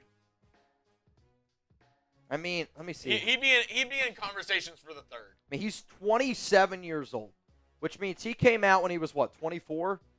Gonna be 25? Yeah. Like, at the quarterback position, teams look at that all the time. I mean, like, let's talk about this. Justin Fields, okay? 25 years old. He's 25 years old right now, Justin Fields. Think about how many years he's been in the league. Justin Fields at 25 years old, if he was coming out into the draft right now, I think people would look at him as being the second best quarterback in this year's draft behind Cam Ward. At 25. I mean, I have more confidence in Fields than I do Jackson Dart right now. Now, maybe Jackson Dart in 2 years is better than Justin Fields. But right now, I would say Fields is number 2. But again, he's only 25. He's going to be 26 in March. Still young, though. Kind of interesting. All right, we caught up on all of the Super Chats. So let's now talk about the next segment that I got coming up here on the show. Melly, really appreciate the question. Hope to see you around here more often. The next show is going to be around some interesting free agency rumors from ESPN. Say his name, and he appears. I believe in Joe Hendry. Rebel Montana, Rebel Montana, Rebel Montana. There you go. Yeah, we're in a different studio, so y'all couldn't see that Smitty in the background. Went like that. Oh, man. Here we go. All right, next segment we got coming up on the show is going to be around ESPN, and they link 2 players to the Raiders, and both of these players, quite frankly, are pretty big-name guys. Though I gotta look at this one thing here. So there was just an NFL report on both of these players that we're about to talk about, and I'm just trying to go through it and I'm trying to read it. I'll try to do my best here. But it's about both of them. I don't know. How about this? Can we add this to the do you think it's even worth putting at the end? It's literally about both of them, and it just came out. Robert Davis, we were 8-9, 3-14. Come on, dump these players. I think it depends, though, dude. Like, to me, the Raiders had a lot of good talent on their team. Last year, they just got really injured, and they didn't have a quarterback. Like, if you would have had this Raiders roster from top to bottom, and then they would have been a healthy team, like the Philadelphia Eagles, 21 out of their 22 starters played in the Super Bowl. That's just luck, and that's just them staying healthy. Now, they also were a good football team, but at the exact same time, like the Raiders were a good roster last year. Like I actually thought that they had a good roster. They just totally failed the quarterback situation. I don't think you need all of this as long as you understand just the last sentence of it. They can still, where he has all caps, like they can. Yep. As long as you know that and can, yep. You know. I agree. Spell that out, because I mean, there's a lot of bullshit in there. Yeah. Basically, all that is BS, and to get you to this point of just saying that. Okay, I got you. They can do this. Yep, I got you. All right, y'all, coming up here on the show, ESPN linked 2 players to the Raiders, and then I have outlined an entire free agency plan that I would want the Raiders to do. And I'll be real, when I sat down this morning to do this free agency plan, it's not what I originally thought was going to be it. I had a totally different quarterback, sat down, ready to go, and then I put a plan together, and I was like, I actually don't love that plan. So I had to go back to the drawing board, and I came up with a better plan. And I actually think it's going to surprise some people for what I was able to come up with. But that's the second segment on today's show, or the third one technically. The one that we're going to get into next is here on ESPN. To the 900 people that are tuned in right now, hit that like button. We'll get to the more super chats. Noah, Mitch, we getting old. Noah, we definitely getting old. I can't even believe I'm about to be 32 years old, man. Wild stuff. Make sure you tune in on Thursday for our live show. Coming up next here, let's talk about ESPN and some of the players that have been linked. Sorry. I'm looking at another thing that just came in. All right, we're going to be looking at some of the players that were linked to the Raiders from ESPN. ESPN has linked Sam Darnold and Byron Murphy Jr. to the Las Vegas Raiders. I'm Mitchell Renz, host of the Raiders Report, and coming up here on today's show, I'm going to tell you why ESPN linked both of these players to the silver and black, and then I'm ultimately going to tell you how much it could cost to bring in each of these dudes and whether or not I would be open to the idea to doing it. So if you haven't seen the article, it was an article that was put out by ESPN, and it was titled 2025 NFL Free Agency Best Team Fits for the Top 50 Players. They had Sam Darnold ranked at number 6. They had Byron Murphy Jr. ranked at number 19. So I'm going to start with Darnold, and then I'll go in and talking about Byron Murphy and why both of these players made sense for the Raiders. So essentially what they did, top 50 free agents, and they predicted where each of those free agents was going to go based on the perfect fit. So let's first talk about here with Sam Darnold. And Darnold is the top free agent quarterback right now on the open market. It's no secret that the Raiders clearly need a QB. And every time I see an article like this, I click on it because I know for a fact that there is going to be a quarterback in some way, shape, or form connected to the silver and black. However, though, I know the Raiders have a lot of salary cap space, but we also have a lot of holes. And going out there and just spending a blank check on Darnold, I don't think is a smart move to do. If you can get him at a decent price tag, that totally changes it up. But here's what ESPN had to say on why the Raiders could sign Darnold. With the transition to coach Pete Carroll and offensive coordinator Chip Kelly, the Raiders could finally solve their quarterback issue in free agency by signing Darnold. Las Vegas was 30th in QBR in 2024 with 40.4, and Darnold's 4,319 passing yards and 35 touchdown throws for the Vikings both ranked 5th in the league. And in Vegas, Kelly could scheme for Darnold's arm talent while also using his mobility to attack the edges. That final note in there for Darnold is the offense that they ran in Ohio State. If you want them to run that offense for the Raiders, then Sam Darnold's the quarterback that I think that y'all should want. But are you willing to pay the amount of money that it could cost Darnold? Because most recently, it's been reported that it could cost $40 million per year. This is the pinned comment because it's an important question. Give me a yes, give me a no. Should the Raiders sign Sam Darnold? This is going to be a yes, and it's going to be a no for me, and I am okay saying that on this show because it does matter what you pay Darnold. I think that Darnold would be a good fit with the Raiders. I think that the Raiders are the perfect fit for Sam Darnold. But I am not okay going out there and giving a $40 million deal to Darnold, especially if he's trying to make $40 million for 4 years down the road. If you told me right now we get Sam Darnold at $30 million a year and we can get out after that contract, after year one, the longest I'm willing to keep Darnold on this team is 2 years. 2 years. That's the absolute max. If we're trying to keep him for the long haul, doesn't make any sense. If the plan is to use Darnold as a bridge, and don't get me wrong, Darnold could be a good quarterback. Like, he's 27 years old. He could have another 10 years left in the tank, and his strong arm does really, truly fit what Chip Kelly is trying to do. But I'm not interested if we got to pay him all that $35 million, because I think one of the reasons why Darnold was so good and why he was so efficient was because of the talent also that Minnesota was able to put around him. If you spend all your money on Sam Darnold and you don't build a great defense, if you don't build in the trenches, if you don't do the other things, you're just going to be sitting there paying an overpriced quarterback, and then you're going to be looking at a contract that you're going to be trying to get out of a few years down the road. When you look at the market value for Darnold, there was a rumor over the weekend that said he could get 4 years, $170 million.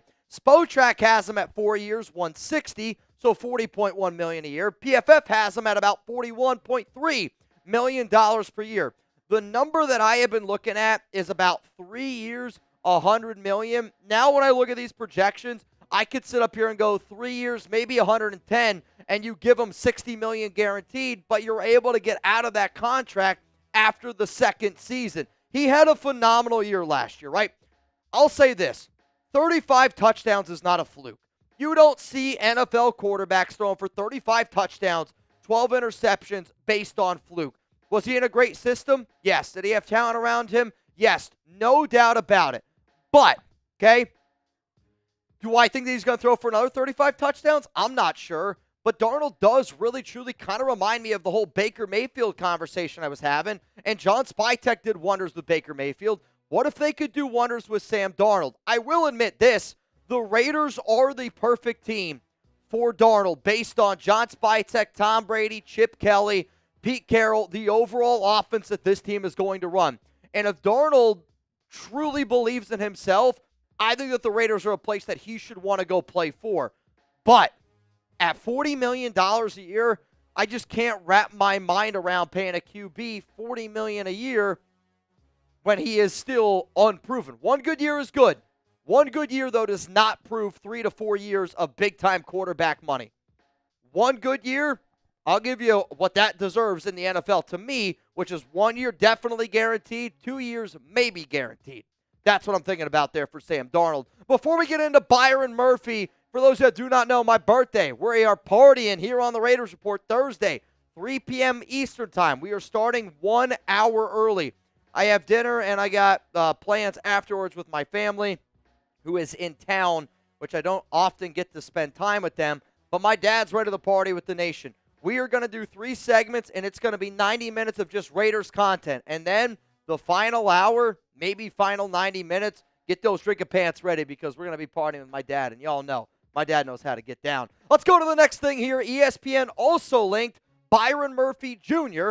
to the Las Vegas Raiders and said that the silver and black were the top destination for one of the top free agent corners on the market. Now, some people might say that he's the top guy. I personally don't think that he's the top guy. I love his versatility, and his versatility makes him a good replacement for Nate Hobbs and even a guy like Jack Jones, right? Like if you're the Raiders and you lose out on Hobbs and you lose out on Jack Jones and you're trying to replace both of those guys with one dude, I think it could be Murphy. And I think for some of my OG Raiders Report watchers, I've been throwing out Byron Murphy Jr.'s name way, way back even before, he was even on the Arizona Cardinals. This has been a player that I have followed closely for a long time because I like the skill set that he brings.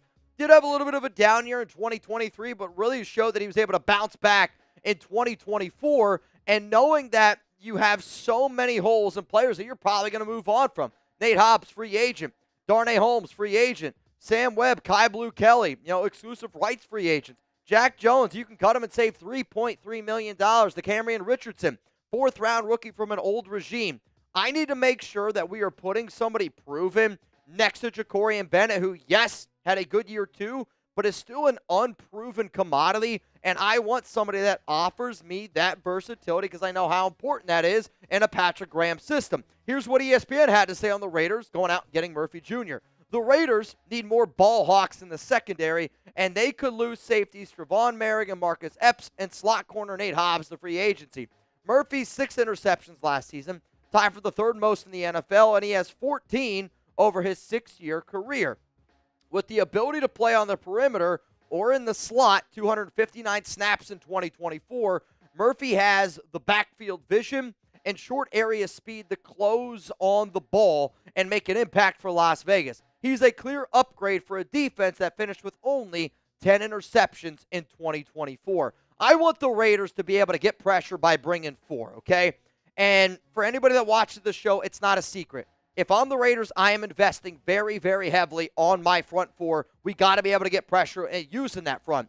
But also, we need guys that can take advantage of mismatches, can take advantage of bad balls being thrown, and put our offense in a good situation going forward. Yes, our offense struggled last season, but our offense also wasn't in very many, desirable situations because the defense wasn't able to get many turnovers. Yes, there was a lot of injuries on the D, no doubt about it. But I do want a team that's able to go out there and force some turnovers, go out there and make guys feel uncomfortable, because that's the recipe for success. Instead of going out there and trying to duel with Patrick Mahomes, let's go out there and pound the football and make him feel uncomfortable. Because when you do, and it's proven that you can, he looks way, way more human than anybody thought. So you tell me right now, should the Raiders show interest in Byron Murphy Jr. type show? Or if you don't want him to show any interest, say, Mitch, I think that they should go out there and they should hide the overall interest for Byron Murphy Jr. Here's my personal opinion on this question. I believe that the Raiders should show interest in Byron Murphy. However, though, it depends on that price tag yet again. Earlier in the offseason, I said that Murphy was one of the top targets for a Patrick Graham defense. In fact, I did a video, the 5 perfect signings for Patrick Graham on the defensive side of the football. Byron Murphy was one of those names. The problem is, though, his price tag looks like it's going up. Spytek has him projected at $22.2 million a year. Not happening. I'll be real. I can't even wrap my mind around why they think he's getting 22.1. PFF has him at 17.3. He played at $8.75 million in 2024, which still coming off a little bit of a down year. And I know when you look at his numbers in 2023, he did struggle a lot more than what people realize. 2022 had some injury issues, but he was phenomenal last season and one of the better corners. I should also say, at the time that I am making this video right now, there's a report from Dan Graziano that's essentially breaking down Byron Murphy's contract, and it says that Murphy cannot be franchise tagged. Also, Aaron Jones cannot be franchise tagged, but Sam Darnold can. I don't know exactly the breakdown of Byron Murphy's contract, and at the time that I'm recording this video, it is literally changing as I am speaking, which maybe impacts Murphy's ability to hit the open market, or maybe it, hinders his ability to make more money. I don't know the exact breakdown, but overall, he is a good player. And the reason why I wanted to make this video is because I do think Sam Darnold is the #1 quarterback that Chip Kelly wants. And if you told me money's not an option, just who's the best quarterback that's realistic for Chip Kelly on the open market, it's Sam Darnold. Byron Murphy Jr. was also featured in one of my top defenders to go out and get for Patrick Graham. It depends on money. The Raiders do have salary cap to go out and sign both of these players, no problem. But overspending is something that I know that this team can do. And there's going to be certain opportunities to overspend. But if it's up to me, the positions that I want to overspend on are in the trenches. I'm okay overspending on another defensive tackle. I'm okay overspending on another edge rusher. I'm okay overspending on an offensive tackle, an offensive guard, because to me, that's how this team is going to win games. We talk a lot about special players like quarterbacks, wide receivers, running backs. The Raiders are going to win games this season because of what they do in the trenches.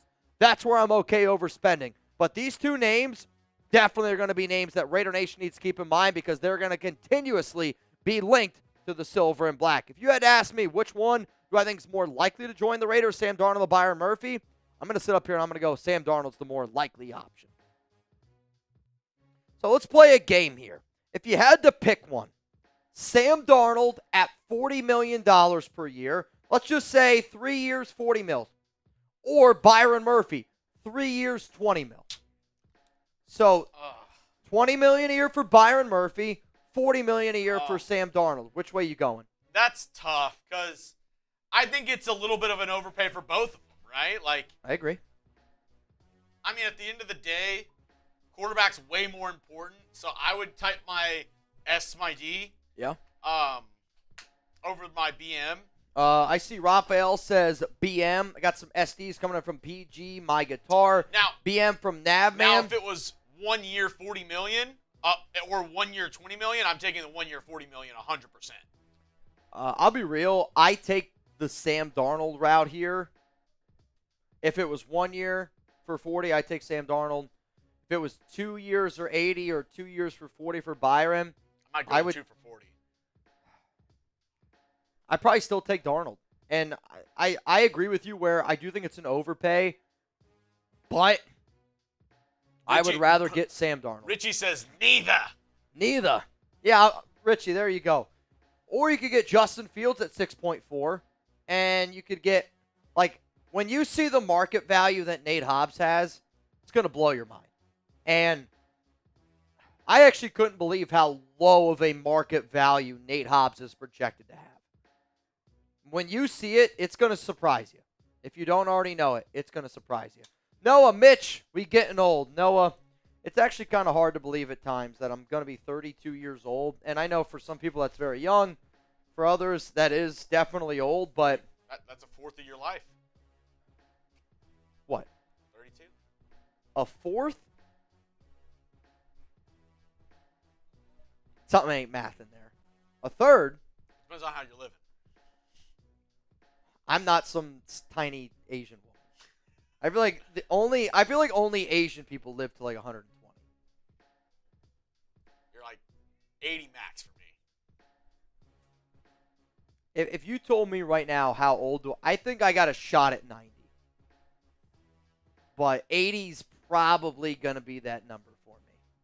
Sweet spot. Now, man, look at it from this perspective. With Justin Fields, he never really had a chance. I would not be scared pairing him with Chip Kelly.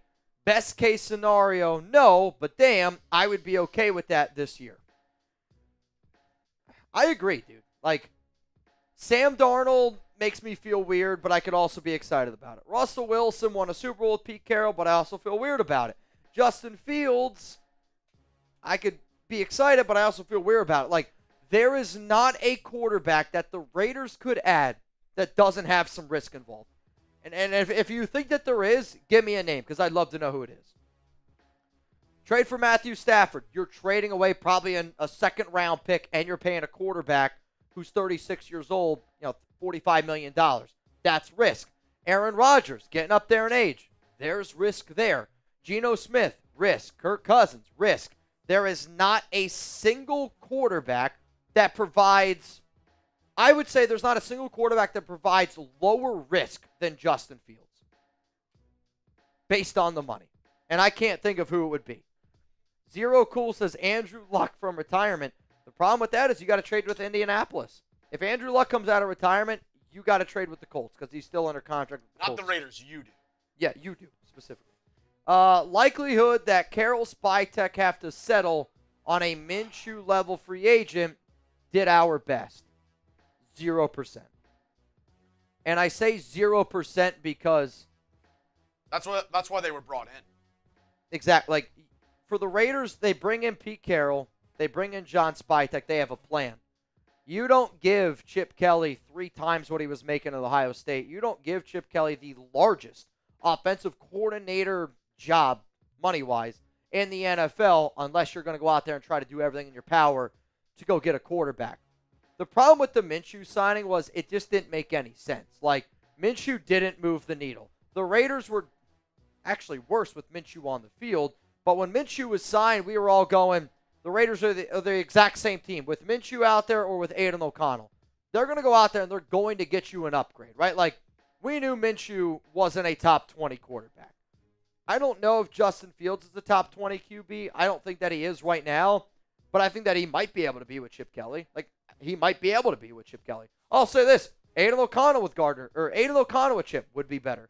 Gardner Minshew with Chip Kelly would be better than what he was last season. But landing on a Minshew-level guy, no chance. No chance. No chance. Justin Fields is better than Gardner Minshew. Temps, trade back to ensure Dart and sign Murphy. I get it. Carr era is over. But if we can get him for a 4th or 5th, he has proven he can get a team to the playoffs. Have Dart learn. Respectively, this is a terrible idea. I wouldn't want Derek Carr even if I could get him for a 7th round pick. Why am I going to trade for Derek Carr? You got to pay him $30 million. Derek Carr at $30 million, I'd rather pay Sam Darnold $30 million, right? Like, Sam Darnold is a better quarterback than Derek Carr right now. Right now.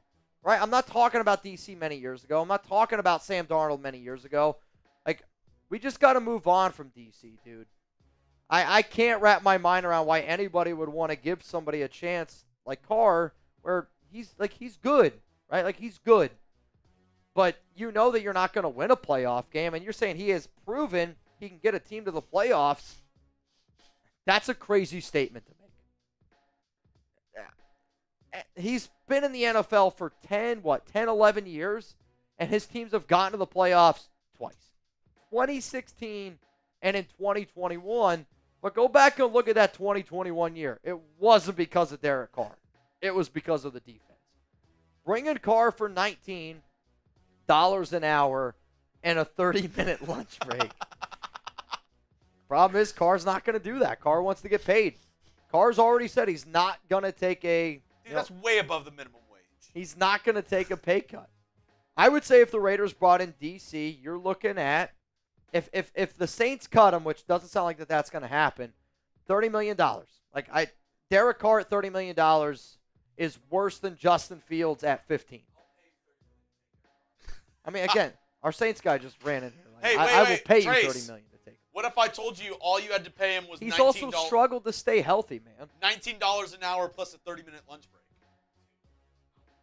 I will give you $30 million right now.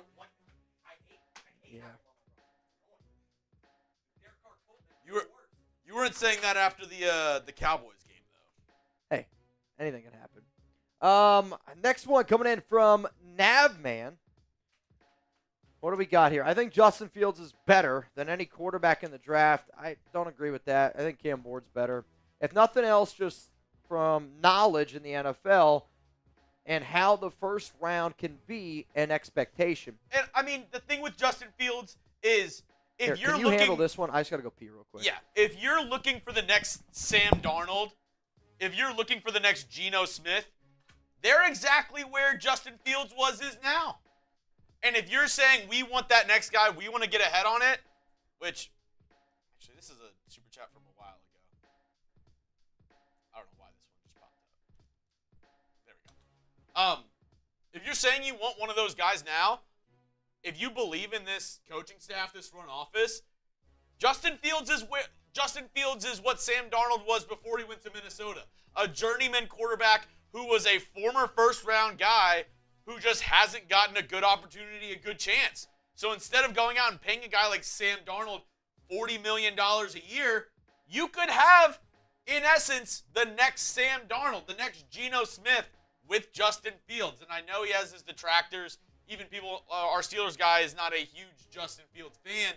I get it. He's not going to be a great quarterback, a awesome guy. But if you're looking for somebody to just right the ship and you want to put a hell of a team around him, I think that's a decent option for you in Justin Fields to get him at a good contract and see what you can build around. See what you can do.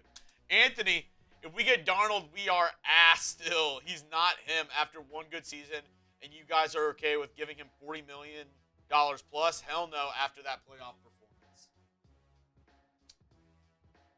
Yeah, I mean, I get that take. I'm in the same boat of $40 million a year. If you get Sam Darnold, you don't have Justin Jefferson on the outside. You don't have that defense that the Vikings had this past year, which I mean, maybe you could if you bring back some guys, add some guys, healthy Max Crosby, you could have an argument for that side, but you have no near the amount of weapons, offensive line that the Vikings have. Not even close. So if you're trying to bring him in for that amount of money, how are you going to build a team nearly as good as the Minnesota Vikings offense was this past year? You can't. But no, you know who you can do that with? Justin Fields. You sign Justin Fields for around $10, $15 million a year. What's stopping you from going out and getting, some of the top wide receivers in free agency? Like going out and getting an Aaron Jones and some of those guys. Maybe getting, trading for a DK Metcalf. Signing a, Chris Godwin. Signing a guy like Deebo Samuel or Tyler Lockett if those guys get cut. All options if you sign somebody for a cheap deal like a Justin Fields around that $10 to $15 million a year range. Just depends on what you can bring around and what you can add to the rest of the roster. Jamal, how much money will we have left after signing our top 5 free agents back and the max deal? I will need a calculator for that. It depends on who you view as the top 5 free agents, right? Like, if you're talking Robert Spillane, he's not going to be that much because the linebacker market's not that big. Are you talking Malcolm Kuntz? What is he going to get? Are we talking I actually think the Javon max Merrick? deal, the max deal is actually going to help our salary cap this year. Again, like the way that they're going to do it is they're going to lower his salary cap in 2025, 2026. It's going to be lower, and then they're just going to stack the shit out of it on the final 2 years, 3 years on that deal. Void year. Well, he's already got void. Max Crosby already has 3 void years already. They're going to push those puppies back. And they might even, keep on. Or you just figure out a way to use the money in those void years and restructure that contract. But the max deal is going to free up some space. I did a video freeing up about $40 million of salary cap space. And again, it's projections, right? And I just do my best to look at numbers, and I put a plan together, and I do my best for projections. But I would say top 5 free agents. Off the top of my head, I would say top 5 free agents for most people out there for the Raiders is Malcolm Kuntz, not in any order. Malcolm Kuntz, Nate Hobbs, Robert Spillane, Javon Merrick, and Adam Butler. Those 5. That's probably Amir Abdullah. That's probably, if you looked at Spotrack's market value for those 5 players, I'd say you're probably around $40 to $45 million. Based on what Spotrack actually might be cheaper because you just said Nate Hobbs and Adam Butler. Yeah, Nate Hobbs and Adam Butler, according to Spotrack, combined is like $6 million. Yeah. The problem is though, Malcolm's 20. That's 26. Robert Spillane's 10. It's 36. And then Merrick they have at like 16. So that's about $50 million for those 5 players. But coming up. Free agency plan. You view Jacob Bobenmoyer as one of the top. Jacob Bobenmoyer. He's still under contract. Yeah, Bobenmoyer's good. Him, A.J. Cole, Daniel Carlson, they're good. Sanchez, in all seriousness, bring in Darnold for 2 years with a 3rd-year option and have Dart sit under him when Darnold is ready to go. Have Dart take over. Nick, I agree. Whatever the Raiders' plan is at QB, you got to have also the guy that's learning underneath him, right? And I want there to be another option. I'll admit, if the Raiders can say, I don't like any of the other quarterbacks in this year's draft, okay, they're like, I don't like anybody. We're going to go with Sam Darnold. We're going to allow Aiden O'Connell to sit on our team and be a backup quarterback, and we're just going to build on offense and defense as much as we can, and then in next year's draft in 2026, when there's some better quarterback prospects out there, that's when we're going to go find our guy to have him then sit for 1 year behind a dude like Sam Darnold. I think if they bring in Darnold, it's going to be Darnold starting for the next 2 years. After, if it's not Darnold, I think Fields would be a 1-year option. Wilson doesn't sound like that's going to happen anymore. Rodgers, maybe a year option. I don't know. But you got to have this type of mindset. PG, for argument's sake, I like it. Say we pick up Sam Darnold. pick up Sam Darnold. Do we reach for Dart or do we wait? If I'm the Raiders and I go out and I get Sam Darnold, I'm not reaching on any quarterback because you probably already reached in free agency, where I don't think double reaching giggity is the right way to go, right? Then you probably got a whole reach around at that point. If you're going double reach, that's a whole reach around. Oh, yeah. But if you're already reaching for Sam Darnold, like if for whoever the team that gets Darnold, you're probably going to have to overpay him a little bit unless Darnold really wants to go to a certain situation.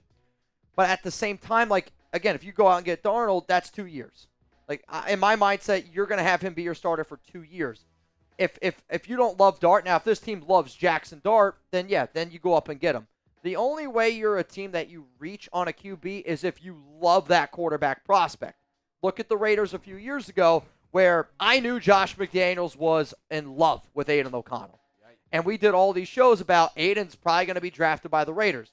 Though I never thought that he was going to be drafted in round 4, but he was drafted in round 4 because the Raiders had to trade up and go get their guy. I'm not somebody where I want to trade up for a quarterback that I don't love. And I personally do not love Jackson Dart. Though, I would say this. If I'm Jackson Dart, the number one OC I would want to go play for, where I actually have a chance to start, is the Las Vegas Raiders. Chip Kelly, his offense for Jackson Dart, I think it's almost perfect for Dart. Evoa, signed Fields. What? Oh, go ahead. Oh, I thought I pronounced it wrong. Sign Fields cheap, build a great team around him. His legs, Chip Kelly offense would be deadly. Will Howard in the draft is underrated. Same skill set. Not even close. Not even close. To Justin Fields? Quite frankly, I think the color black is closer to the color white. Yeah. I don't think Will Howard is and Justin anything. Fields are the same. I wouldn't say that. Respectfully, I don't know if you could have put a worse comparison up here. Yeah. I think Sam Darnold is Will Howard, where both have a strong arm, can use their legs to run. And if you want the comp in this year's draft to Justin Fields, I would say Jalen Milroe, somebody that's got all the athletic ability in the world, but you don't know if they can throw a football. Jake said, Lamar Jackson is a lot like Tom Brady. Yeah. In this comparison, yes. In this one, yeah. I don't mean to joke at you, but at the same time, if I can't sit up here and laugh and joke when I get something that makes me laugh, what are we even doing here? Hopefully you take it on the chin. Omar, love Darnold or Fields for a 2-year deal because what else do we got? Hoping Mason Graham drops to us at 6th and drafted Dylan Gabriel / Jackson Dart. If Mason Graham is on the board at number 6, I'm going to sprint to the podium and tell the Raiders to draft unless Cam Ward is available. Like, to me right now, they're the 3 players for me, and there's a massive tier gap. Cam Ward, Mason Graham, Abdul Carter. And I say that because if you have Abdul Carter and Mason Graham to your defensive line, you're getting pressure with 4. What if Travis Hunter was there at 6? Realistically, wait, for what? For what else? I'm just saying, like, if Travis Hunter is there at 6, he's going to play corner. what would you do? I mean, if Travis Hunter's there at 6, yeah, I'll go take Travis Hunter at 6. I just don't think Travis Hunter's going to be there at 6. I mean, I'll be real. I don't really think Mason Graham or Abdul Carter is going to be there either. However, though, based on, like, the tier, because if I were to do my draft tiers, which I put out my Raiders draft targets. I think everybody's just been assuming that. I had Travis Hunter at number 5 on my board for the Raiders. I was going to say, I think everybody's just assuming that Travis Hunter's going to go in the top 3. What if it's like Abdul Carter, trade up quarterback, another quarterback, offensive tackle?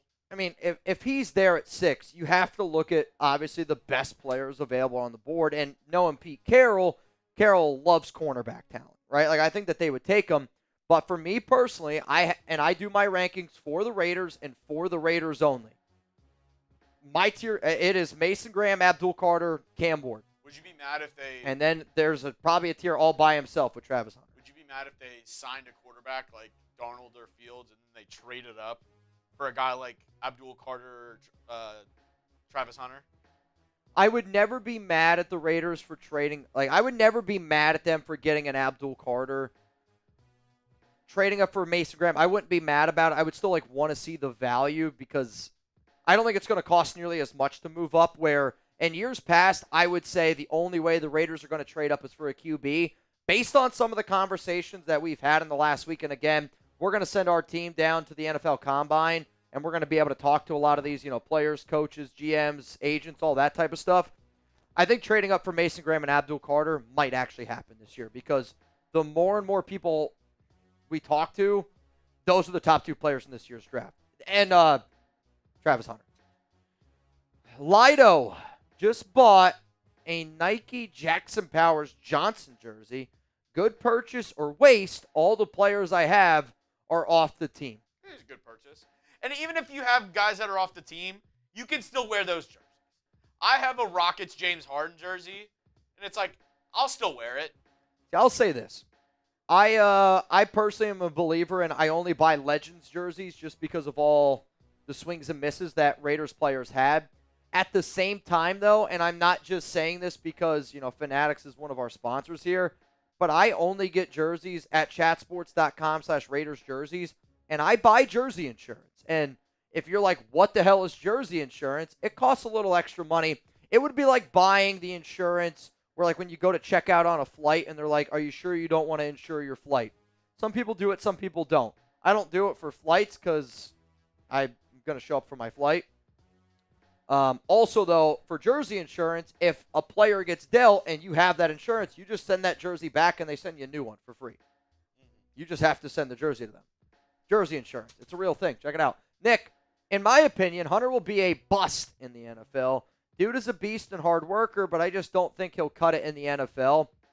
I feel like that is such an oxymoron of being like, he's awesome, he's already really good, and he's a hard worker, but he's just not going to, I don't get the reasoning of why he's not going to make it rather than you just, gut instinct. I could make an argument that I don't know if Travis Hunter is going to live up to the expectations that some of the people have because, in my mind, the only player that I'm comparing Travis Hunter to, and my expectation for Travis Hunter, is Charles Woodson. And I know Hunter is an alien, and he is. He is a phenomenal, phenomenal athlete. However, though, if he's only playing one side of the football, I agree with you where I'm like, he might not be one of the best players in the NFL. But I don't look at Hunter and go, he's going to be a bust. What do you consider a bust? To me, Hunter's going to be in the NFL if he stays healthy for 10 years, which is not an easy thing to be able to do. And he's going to be a really good corner, he'd be even a good wide receiver in the league. Is he going to be the best corner? I don't know. I don't think he's going to be the best corner in the NFL. Now, if he adds a little bit more weight, gets in the right staff, sure. Where I think Abdul Carter could be the best edge rusher in the league. I think Mason Graham could be the best defensive tackle in the NFL. A little different. Jamal, how many good free agents can we get with the $45 million left, or you're playing with $45 This is actually perfect because this leads right into our next segment, Jamal. I like it. We're going to actually answer this during the next 16 minutes of the program because what you just laid out, we're about to do a whole video for you right now, Jamal. So if anybody, and I often get asked, Mitch, what would you do? And I'm not kidding you. For a Klondike. This show that I did took me, and you can ask Chugs, probably one of the longest I've ever scripted a show because I scripted it and I hated it. I switched it. I changed it. I had the Raiders signing a certain quarterback, and then I went through and I did my entire plan. It's a 10-step plan. So because I had 10 steps in it, I went through and I looked and I was like, to be honest, I think I can do better. And I felt like I can put a better plan together. So what you guys are going to see is me doing a 10-step plan to make sure the Raiders absolutely crush NFL free agency. And quite frankly, I know that there's always going to be disagreements out there with everything that I put out there. But I want you to look at the entire plan from top to bottom. I don't want it to just be, I don't like your quarterback, I think this is a bad plan. I want you to look at the entire plan from top to bottom and tell me what you guys think. So coming up, I saw the super chat just coming from Nav. Nav, we'll get to that one here in a moment after this segment. And then We'll answer a few more questions, and then I'm going to get the F on out of here. Chugs, you ready? You guys ready? Coming up here, it's going to be my 10-step plan for the Las Vegas Raiders. What's up? Yep, Raiders hats. Ready? Coming up. Let's go. Let's get into it. Coming up here today on the Raiders Report, my 10-step plan for the Raiders in NFL free agency. Also, every single contract that you're going to see is via Spotrac market values. I didn't want to sit up here and just project contracts and do the math. So what I figured I would do is just let the contracts out of my hand because, believe it or not, I'm not going to be the one signing a contract with, Pete Carroll, John Spytek. So every single dollar amount that you see is via Spotrac's market value. And if the Raiders follow this 10-step plan, I think we can be a legit Super Bowl contender in a year or two down the road. For those of you that do not know, free agency starts March 12th at 4 p.m. Eastern Time. And that legal tampering period starts 48 hours prior. So March 10th, 4 p.m. Eastern, it's about to go down. The Raiders do have $92.5 million in salary cap space, which is second most in the National Football League. And because of that, they are going to be very aggressive. But you know what? Step one of my plan, let's add some money. And I'm going to be able to create $40 million in overall salary cap space. And if you're like, Mitch, how the heck are you going to do that? I want you to go check out this video. Step one is everything that I mentioned in this video. That's step freaking one. And I can make $40.2 million this offseason if you restructure a few contracts, if you cut a few players, if you move on from a few different dudes, I can create $40 million. So if I do everything in this plan, which this video is down in the comments, it's down in the description of today's show, I then take my $92.5 million and I turn that into $132.7 million to spend this offseason. Now that I have created $132.7, I'm going to take that money, and this is where I'm going to look out, and I'm going to start spending on certain players. The first thing that I'm going to do is I'm going to re-sign some of my unrestricted free agents. These are the free agents that you probably are thinking of when you think of the term free agent. I'm bringing back Adam Butler, Trevon Merrick, Robert Spillane, K'Lavon Chasen, and I'm going to bring back Nate Hobbs. The number that you see down below is what Spotrac projects it is going to cost to bring them back on a one-year deal. So because I am looking at it on a year-to-year basis, I am literally taking the money, $2.9 million plus $15.7 plus $10.4 plus $3.4. Couldn't believe Nate Hobbs was at 2.9. I put him on the list. Nate Hobbs at 2.9. You add all of that up, and it equals $35.3 million. So for the sake of the show, for the sake of just doing contracts, if the Raiders had $132.7 million, you subtract $35.3 million, and now I'm working with $97.4. If the Raiders follow this plan, right now I'm making this video, they have less free agency money than what they would have if they followed my plan and they just brought back all those other players. Let's go to number 3 here. You're going to re-sign some of your restricted rights free agents. And again, restricted rights, unrestricted rights, exclusive rights free agents, there's a lot of different lingo for what type of free agents there are.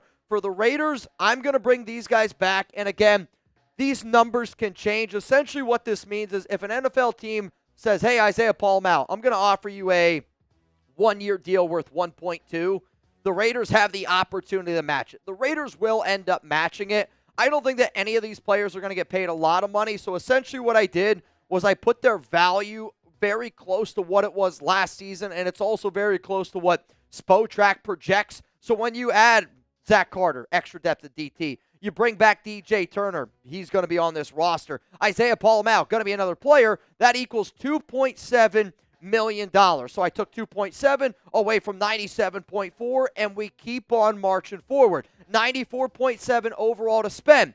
But guess what? I'm also going to go out. I'm going to bring back some exclusive rights free agents. This is essentially, if you want them, you got them.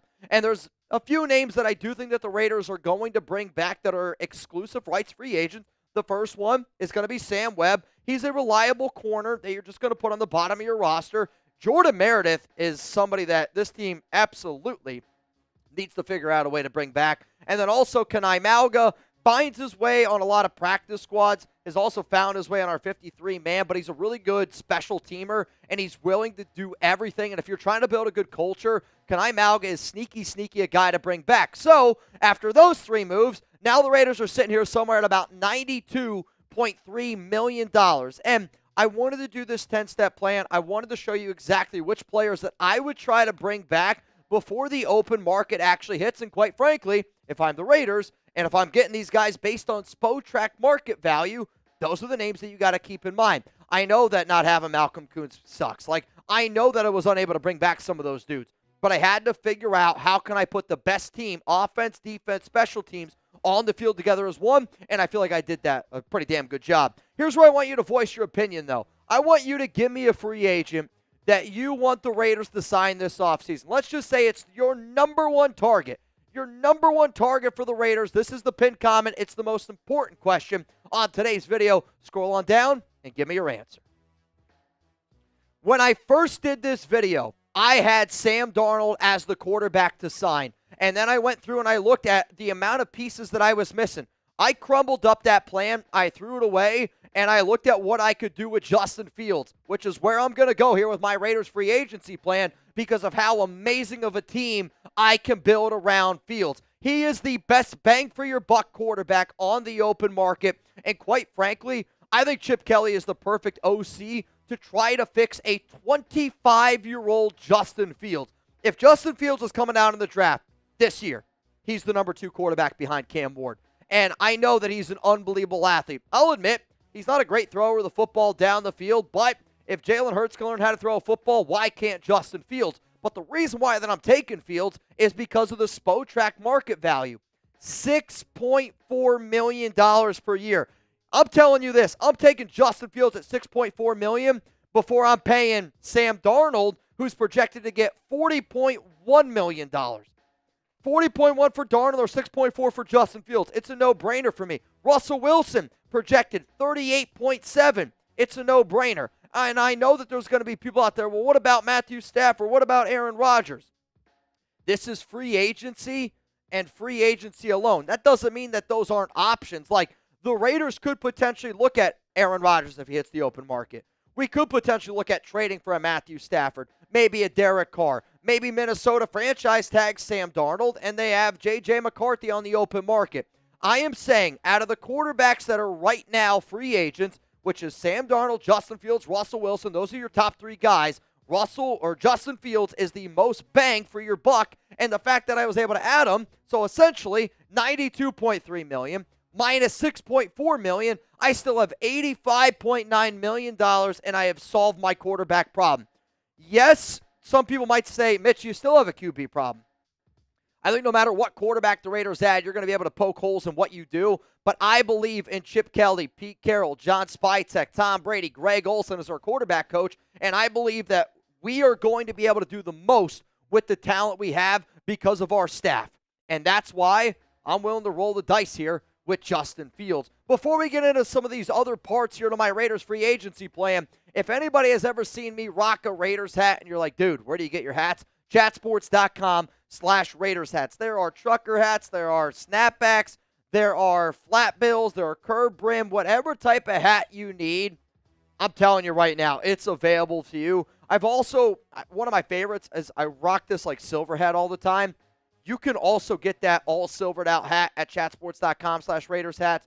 Bottom line, no matter what type of hat you're trying to wear, I'm always like, past few years, I didn't wear a lot of hats. Now that my hair is kind of getting long again, I kind of like to rock them. I also wear a lot of corduroy hats, which is what this one is. I'll tell you this, you better make sure that you take care of them because corduroy hats are hard to keep clean, especially when they're this cream color. I rock a lot of different hats. Bottom line, I've had a lot of people ask me recently, Mitch, where do you get them? Chatsports.com/Raiders hats. You can find a bunch of them there. Let's go to step 6 here on my Raiders free agency plan. The Raiders are going to sign a quarterback early in Justin Fields, which is why he was number 5. The next thing that I'm going to try to do is I'm going to try to go out there and I'm going to try to win in the trenches. And I put out a video, my top targets in the trenches that the Raiders need to go out and get. Josh Sweat was number 1. If you want to go check out that video, again, it's on the channel. But Sweat, to me, would be a great replacement for Malcolm Koonce. He's obviously an upgrade. He's a better player, and the Raiders need to be able to generate pressure with 4. If you're able to generate pressure with 4, you're going to have success in Patrick Graham's defense. And Josh Sweat and the Philadelphia Eagles, they made Patrick Mahomes look embarrassing. You know who else really made Patrick Mahomes look embarrassing? Patrick Graham's defense on Christmas Day. Why? They were able to generate pressure by getting 4. The Spytek market value also has Josh Sweat cheaper than Malcolm Koonce. So if I'm doing this video the way that I'm going to do this video, I'm going to take Josh Sweat at $18.8 million per year. So when you subtract that from 85.9, you're somewhere at $67.1 million. Yes, Max Crosby, Josh Sweat. You're telling me I line that up with Tyree Wilson, with somebody like Adam Butler and Christian Wilkins? That's your front. That's a really, really fun front right there. Let's go to the next thing that I'm going to do here in my free agency plan. I'm going to go out and I'm going to sign Mekhi Becton. If I'm going to sign Justin Fields, I know that I'm going to be a run-heavy team. That means I need to be able to have an offensive lineman that can clear the way. And Becton's going to be able to do that. His Spytek market value is $10.2 million. That's not quite the right number. The Raiders need to upgrade that interior offensive line. And if you're telling me I can rock with Colton Miller, Mekhi Becton, JPJ, like Mekhi Becton and JPJ being next to each other, that's where you're running behind on 3rd down and 1. That's where you're going on 4th down and 1. And I want them to be physical. And when you have a quarterback that can run like Fields with an offensive line that's physical like JPJ, that also has a blocker that can catch the football like Brock Bowers, you combine that with Mekhi Becton coming off a career year and being able to set that tone. I like being able to set the tone at $10.2 million. So 67.1 minus $10.2 million, I still have $56.9 million to be able to work with and to be able to keep operating. So after going out and getting Josh Sweat, going out and getting after Mekhi Becton, here's going to be one that I might surprise some people, but hear me out. I'm going to go out and I'm going to sign Javon Holland. Holland is coming off a little bit of a down year this past year with Miami, though they had a totally different defensive coach overall. When they lost Vic Fangio, it was a little bit of a herder. Also, Javon Holland, his safety coach was Gerald Alexander, who I get it is no longer the Raiders safety coach anymore. But having a versatile safety is extremely critical in Patrick Graham's defense. I also go back and I think of some of those great Seahawks defenses led by Pete Carroll. They had a guy in Earl Thomas. Javon Holland is sort of like an Earl Thomas. He can do a lot of different things. This also then allows Trevon Merrick to play up near the box. When you have a true center fielder in Holland, that allows Merrick to play up near the box. It also allows Merrick to do a bunch of different things all over the football field. When you have a young dude in Holland and a young guy in Merrick, and you give both of those players 3 to 4 year deals, and you know that your back end, your safety, is just covered, which limits the plays down the field, huge in Patrick Graham's defense because he's going to want to bring 4. He's going to want you to play in front of him, but he also needs to know that his safeties aren't going to get beat deep. So 15.1. It's a little bit of more money than I wanted to spend, but I'm okay spending the extra money because, remember, I'm also bringing back Trevon Merrick. So if I know that my free safety and my strong safety is set for the next 3 to 4 years, you wipe your hands clean and you keep on moving, and then you can really focus then on that front 7, front whatever, in front of those 2 guys. So 56.9. Subtracted by 15.1, I got $41.8 million to spend. Let's keep it rocking here in the secondary. I'm going to go out and I'm going to sign DJ Reed. So this means I got Jacorian Bennett, DJ Reed, and Nate Hobbs. That's my secondary. My entire secondary right now would be Trevon Merrick, Javon Holland, DJ Reed, Nate Hobbs, and Jacorian Bennett. That sounds pretty damn good with a front that has, listen, K'Lavon Chasen. You got a front that's got Max Crosby, Christian Wilkins, Adam Butler, Tyree Wilson, Josh Sweat. That is one of the best defenses in the National Football League. That is a defense that's going to help you win some football games with Robert Spillane at linebacker. Reed is a great replacement for Hobbs if you are unable to bring Hobbs back. Also, Jack Jones. I don't see the Raiders bringing back Jones, and DJ Reed is somebody that has played inside and outside. I think he's going to predominantly play on the outside. And if I brought back Nate Hobbs, I am going to allow Reed, who's got 2 years of experience with Pete Carroll. And I don't know if y'all know this, but when Pete Carroll was hired by the Raiders, DJ Reed was very vocal about how excited and how happy he was for Carroll. And at $14.7 million at 28 years old, I'm taking that deal. I mean, the defense that I was able to build, and again, this was not a plan that I thought I was going to do, but because I was able to sign Justin Fields, quite frankly, the defense that I'm going to be able to put on the field is going to be spectacular. Like, my starting 11 is one of the best defenses in the National Football League from the jump. And that's not even counting the guys that we're going to be able to go out and find in the NFL draft. When you build that much depth, that helps a team win for the long haul of an entire season. So I got $27.1 million. I wanted to go out and I wanted to get Chris Godwin. However, I didn't have the money to be able to do it, so I'm going out and I'm signing Keenan Allen. The reason why I said I don't have the money is because in my 10-step plan, when you look at the $40.2 million that I added, $9 million of that is after June 1st.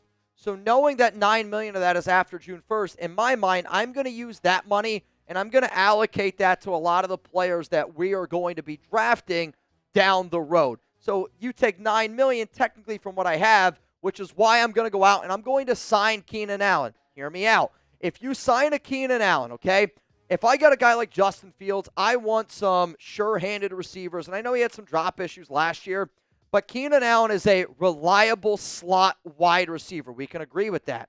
And he is somebody that I know some people might not like him because he was a Charger, but Caleb Williams swore up and down that Keenan Allen was a great, great receiver. On top of that, the Raiders' new wide receiver coach is Chris Beatty. And Keenan Allen, who grew up a Raiders fan, by the way, big-time Raiders fan, followed Chris Beatty from the Chargers to Chicago. Maybe he could join the Raiders at $11.1 million. Because the way that I would view this is then I have Keenan Allen and Jacoby Myers, two good route runners, two sure-handed receivers, but then I can also use a Michael Mayer and I can use a Brock Bowers. Those are my top catchers. I really wanted to be able to trade for DK Metcalf, and if I did a perfect offseason video, this would have been trade for DK Metcalf. I'm just telling you that right now. But then again, Keenan got better and better and better as the year went on a little bit. So after signing DJ Reed and after signing Keenan Allen, can you just switch that to Keenan? Raiders had $27.1 million. So now I'm sitting here at about $16 million. With the $16 million that I'm left to spend, again, I am using $9 million of that, $10 million of that, to be able to go out and pay some of my draft prospects as the year goes on. There's other players as well that I was looking at, like wide receiver Matt Collins was another dude that I would love to try to bring in, considering the fact of I want to be a physical football team. So what I wanted to do here is say, with $16 million, I just wanted to throw out a few other cheaper names to just keep in mind that I would try to bring in. Like I mentioned, Matt Collins. If I could bring in Hollins on my special teams unit, and then when Keenan Allen gets a little bit tired and I want to go run block with a guy like Hollins who's still a freak of nature, you tell me Matt Collins blocking with Jacoby who can block, with Brock Bowers who can block. That's a really tough team to be able to defend because Hollins can also take you deep, and then Justin Fields can run the rock. I'm also going to try to sign Aaron Jones at $5.6 million, and then you go out and you draft the back, and then if I have enough money, I would entertain the idea of bringing in Bobby Wagner from a chemistry, culture building standpoint at 7.2. These are moves that the Raiders can make. These are moves that the whole organization could do. And if you don't like my free agency plan, you can let me know your thoughts down below. 10-step free agency plan for the Las Vegas Raiders. I'm going to create $40 million, which you guys can see on the Raiders Report YouTube channel. I'm resigning unrestricted free agents like Adam Butler. I'm going to bring back a guy like Nate Hobbs. I want to get a dude like Robert Spillane. And I'm going to also look at some Jordan Meredith. I'm going to go look at a guy like Isaiah Paul-Lamau. I am going to sign Justin Fields at $6.4 million because the defense, the offense that I'm able to create around that is really special. I'm going to go build in my trenches. Josh Sweat, Mekhi Becton, bring him in. Javon Holland, pair him with Trevon Merrick for the next 3 to 4 years. You go out and you sign a DJ Reed, and then you pair that with signing Keenan Allen. If the Raiders follow that 10-step plan, you're not only setting yourself up for success in 2025, but you're also setting yourself up for success down the road. So A, B, C, D, or F, get out your red pens, grade my overall Raiders free agency plan. I don't know. I want to be able to give it an A because I made it, But at the exact same time, I don't love the Justin Fields move. I wanted to try to figure something out with Sam Darnold, and I'm just telling you ahead of time, I am going to start doing videos where Raiders free agency plan with Sam Darnold, Raiders free agency plan with Russell Wilson, because I just want y'all to see the difference of an overall roster. Like, the overall roster is just so much better when you bring in Fields. Yeah. And that's just the bottom line. Like, if you're nervous about any quarterback, then just go the best bang for your buck route. Yeah. And that was my thought process.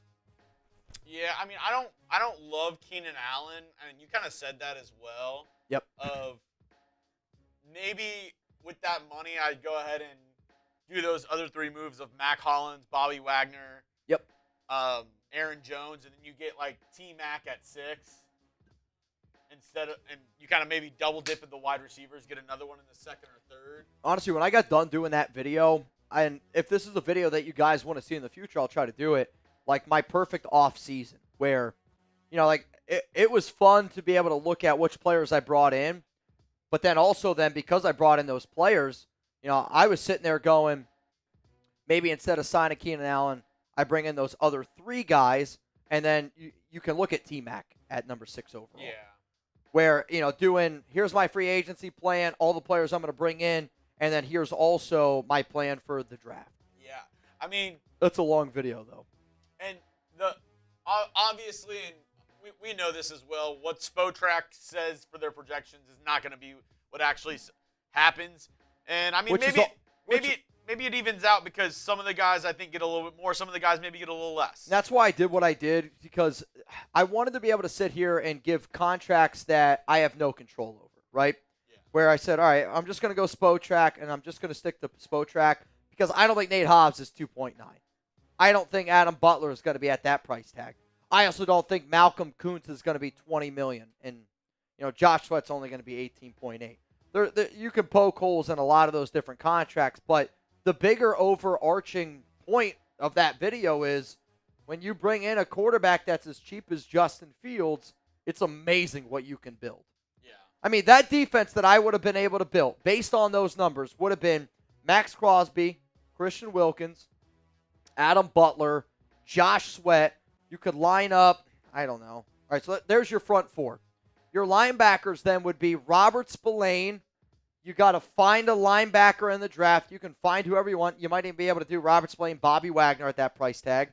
With DJ Reed, Jacorian Bennett, Nate Hobbs, with Javon Holland and Trevon Merrick. I mean, like, that's a phenomenal defense. Yeah. Like, on paper, that's a top 10 defense, no doubt about it. On paper, I think it's a top 5 defense. And yes, Justin Fields still scares me, but if Justin Fields your quarterback with Aaron Jones, with that offensive line, with the players that you surround, you know, with those other players, the other part of why I'm bringing a Keenan Allen, though, is also from, like, the culture building standpoint. But yeah. I also wanted to do free agency only. If I could replace Keenan Allen, like I said, I would have put DK Metcalf trade. Yeah. The money would have been a little bit different. Then I would have had to work some other players around. I might not have been able to bring back so many of the other dudes, but I like the plan. I'm not gonna lie. I don't know if it's an A. Like, I'm not gonna lie to y'all. Another sneaky A name, minus B plus. Another sneaky name. If you can get him around that same price tag, I really like the idea of the Raiders getting Tyler Lockett after he gets possibly cut. Because if he's healthy, my only thing that scares me with Tyler Lockett is he's not a great blocker. And Lockett was a better prospect coming out of college, but I kind of want Pete Carroll to turn Trey Tucker into Tyler Lockett.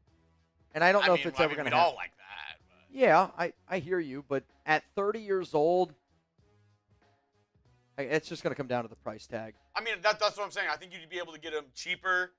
I mean, besides last year where he missed 3 games, the prior 5 years he hadn't missed a game.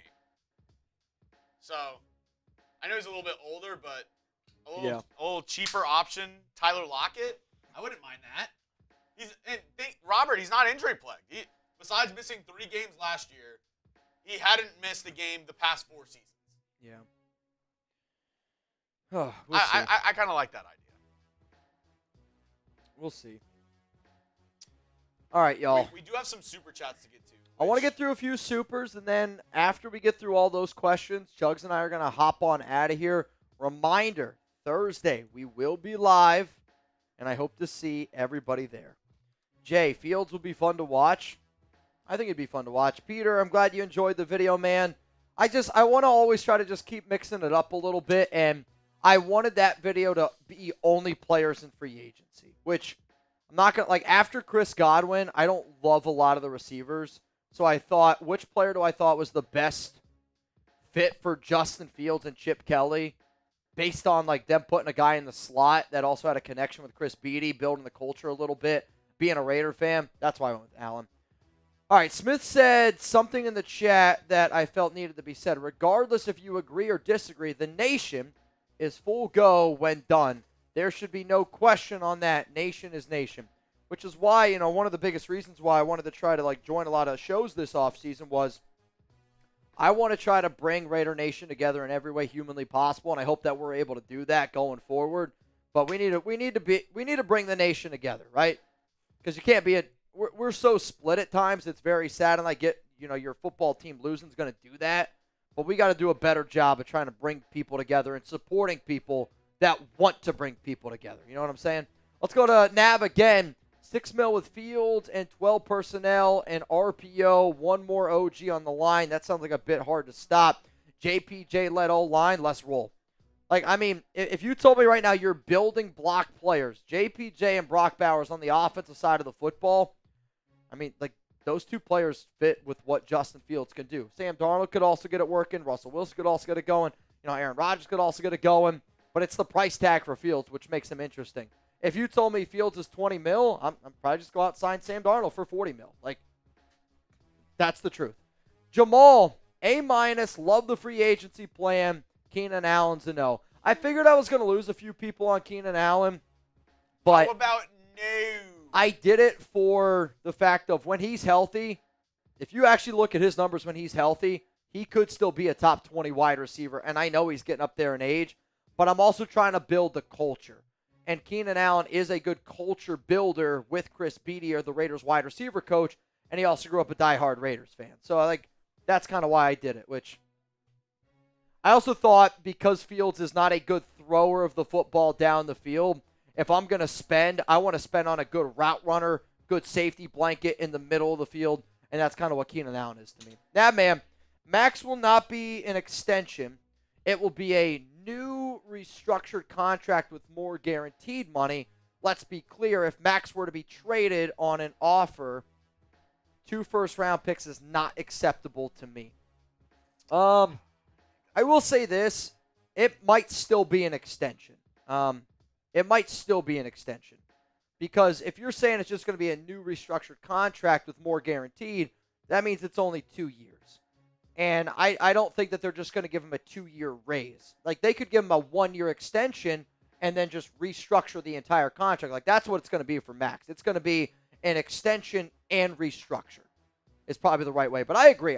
2 first-round picks, it's not enough for Max because of what Max means to the Raiders, to the nation. And if you move on from Crosby, it would be like the Mavs moving on from Luka. And I don't know if people really feel or realize how big of a loss that truly is. What's up, John? Oh, wait, no, that's an old one. Oh, sorry. John, appreciate you, man. It's Justin. Yeah. There we go. Shout out to Mitch and Chug's moms for giving birth to some absolute legends. Hell yeah, dude. I'll also give credit to my dad. I will not. Yeah, that's why I said it. Ventrak, love what Navman said. It's one nation. Justin G, appreciate you. Newest member to Mount Raider, more Ventrak. I appreciate you, and I agree. We got one nation. Let's just start sticking together. Joan, that's dumb of me. 1 of 1. This is a hell of a name. Shador was in Vegas recently, car shopping for a Rolls Royce. He's coming, man. Lock it in. Title said, what happens in Vegas stays in Vegas.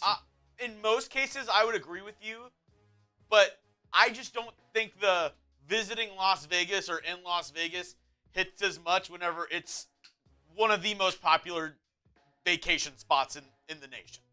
Like, Shador being in Vegas, yes, I feel that. But at the same time, it's not like if he was in Arizona looking at stuff. Like, if you're in Arizona, you're like, oh, he might like the Cardinals. Yeah. But if you're in Vegas, like, it's Shador. He's always out in Vegas, for one. I'm also just going to tell you this. There's somebody on the Raiders that owns a Rolls Royce that is childhood friends with Shador Sanders. And based on a conversation that I've had recently, he's helping him out try to get a car. So, like, maybe that could be something to keep in mind. But here's the other part about Shador that people got to realize that, this is a new age of player. Shador is all about, he's about winning, he's about like football. He's also about the brand. And Shador knows when he says stuff like this, what it does to his brand. It grows his brand. They are phenomenal salesmen. Shador is a phenomenal salesman, right? Like the Sanders family can be looked at like the Ball family, where they were a business. And that's what Shador is. He's a business. So for him saying stays in Vegas, the writing's on the wall. Like, right now, the number one team most likely to take Shador is the Raiders because of his connection with Tom Brady. Shador knows that. Shador also knows every time he says anything about the Raiders, we get exactly this. But I'm not going to be surprised if the Raiders draft Shador. I'm probably going to ask you this every single live show until we hit the draft, Mitch. Percent chance that Shador falls to the Raiders. As of today, February 18th. 60% chance. Okay. It keeps going up. The more and more you hear about other prospects, and it's just Shador's falling less and less and less. And the NFL Combine's not going to do any favors for Shador. Like, it's not going to be good for him. Yeah. He's not going to have a good combine. And because of that, he's going to fall. He will be available to the Raiders at 6. What and you had it at I actually 60. don't. You had it at 60. You wanna raise that up? No, I'm gonna keep it at 60. I think by the NFL draft, I know that number is gonna be almost 100. Wow. Just saying. All right, we got a few more to get to. Ryan. What's up, Ryan? I like a Fields, Metcalf, Bowers, Jacoby Myers offense, then beef up the trenches. Add a running back in the draft. Your free agent list gets an A for me, aside from Keenan Allen. Love the content as always. Raider Nation for life. Ryan, I appreciate that a lot, man. And, again, I wanted to be able to add DK Metcalf. I just wasn't going to do trades in my free agency plan, which maybe if I did a 10-step off-season plan, which I could do everything that I wanted to be able to do, Metcalf would be in there. The Keenan Allen move was a reliable wide receiver that I thought paired well with what Justin Fields is going to be able to do. And he had a connection with Chris Beatty. But I appreciate the fact that he enjoyed the content, and I like a lot of these ideas as well. I mean, you need a field stretcher, though Trey Tucker might be the field stretcher. Ben Thrack, my desire to have Darnold on this team is directly proportional to the amount of humility Shador has. So you obviously love Shador Sanders and Sam Darnold. Oh, man. All right, y'all, I got to get on out of here. Seriously, love all the appreciation that we got on today's episode. I know it was a little bit different from what we've seen, but free agency's almost here. More free agency videos going to come. And if you're ready to party, I'm telling you, it's going to be something that you've never seen before. February 20th, 3 p.m. Eastern time. My dad's going to be here. It's going to be a legendary show. 32 years old, hard to believe. From me, from Chugs, my dad will be here soon. I'll see you guys February 20th.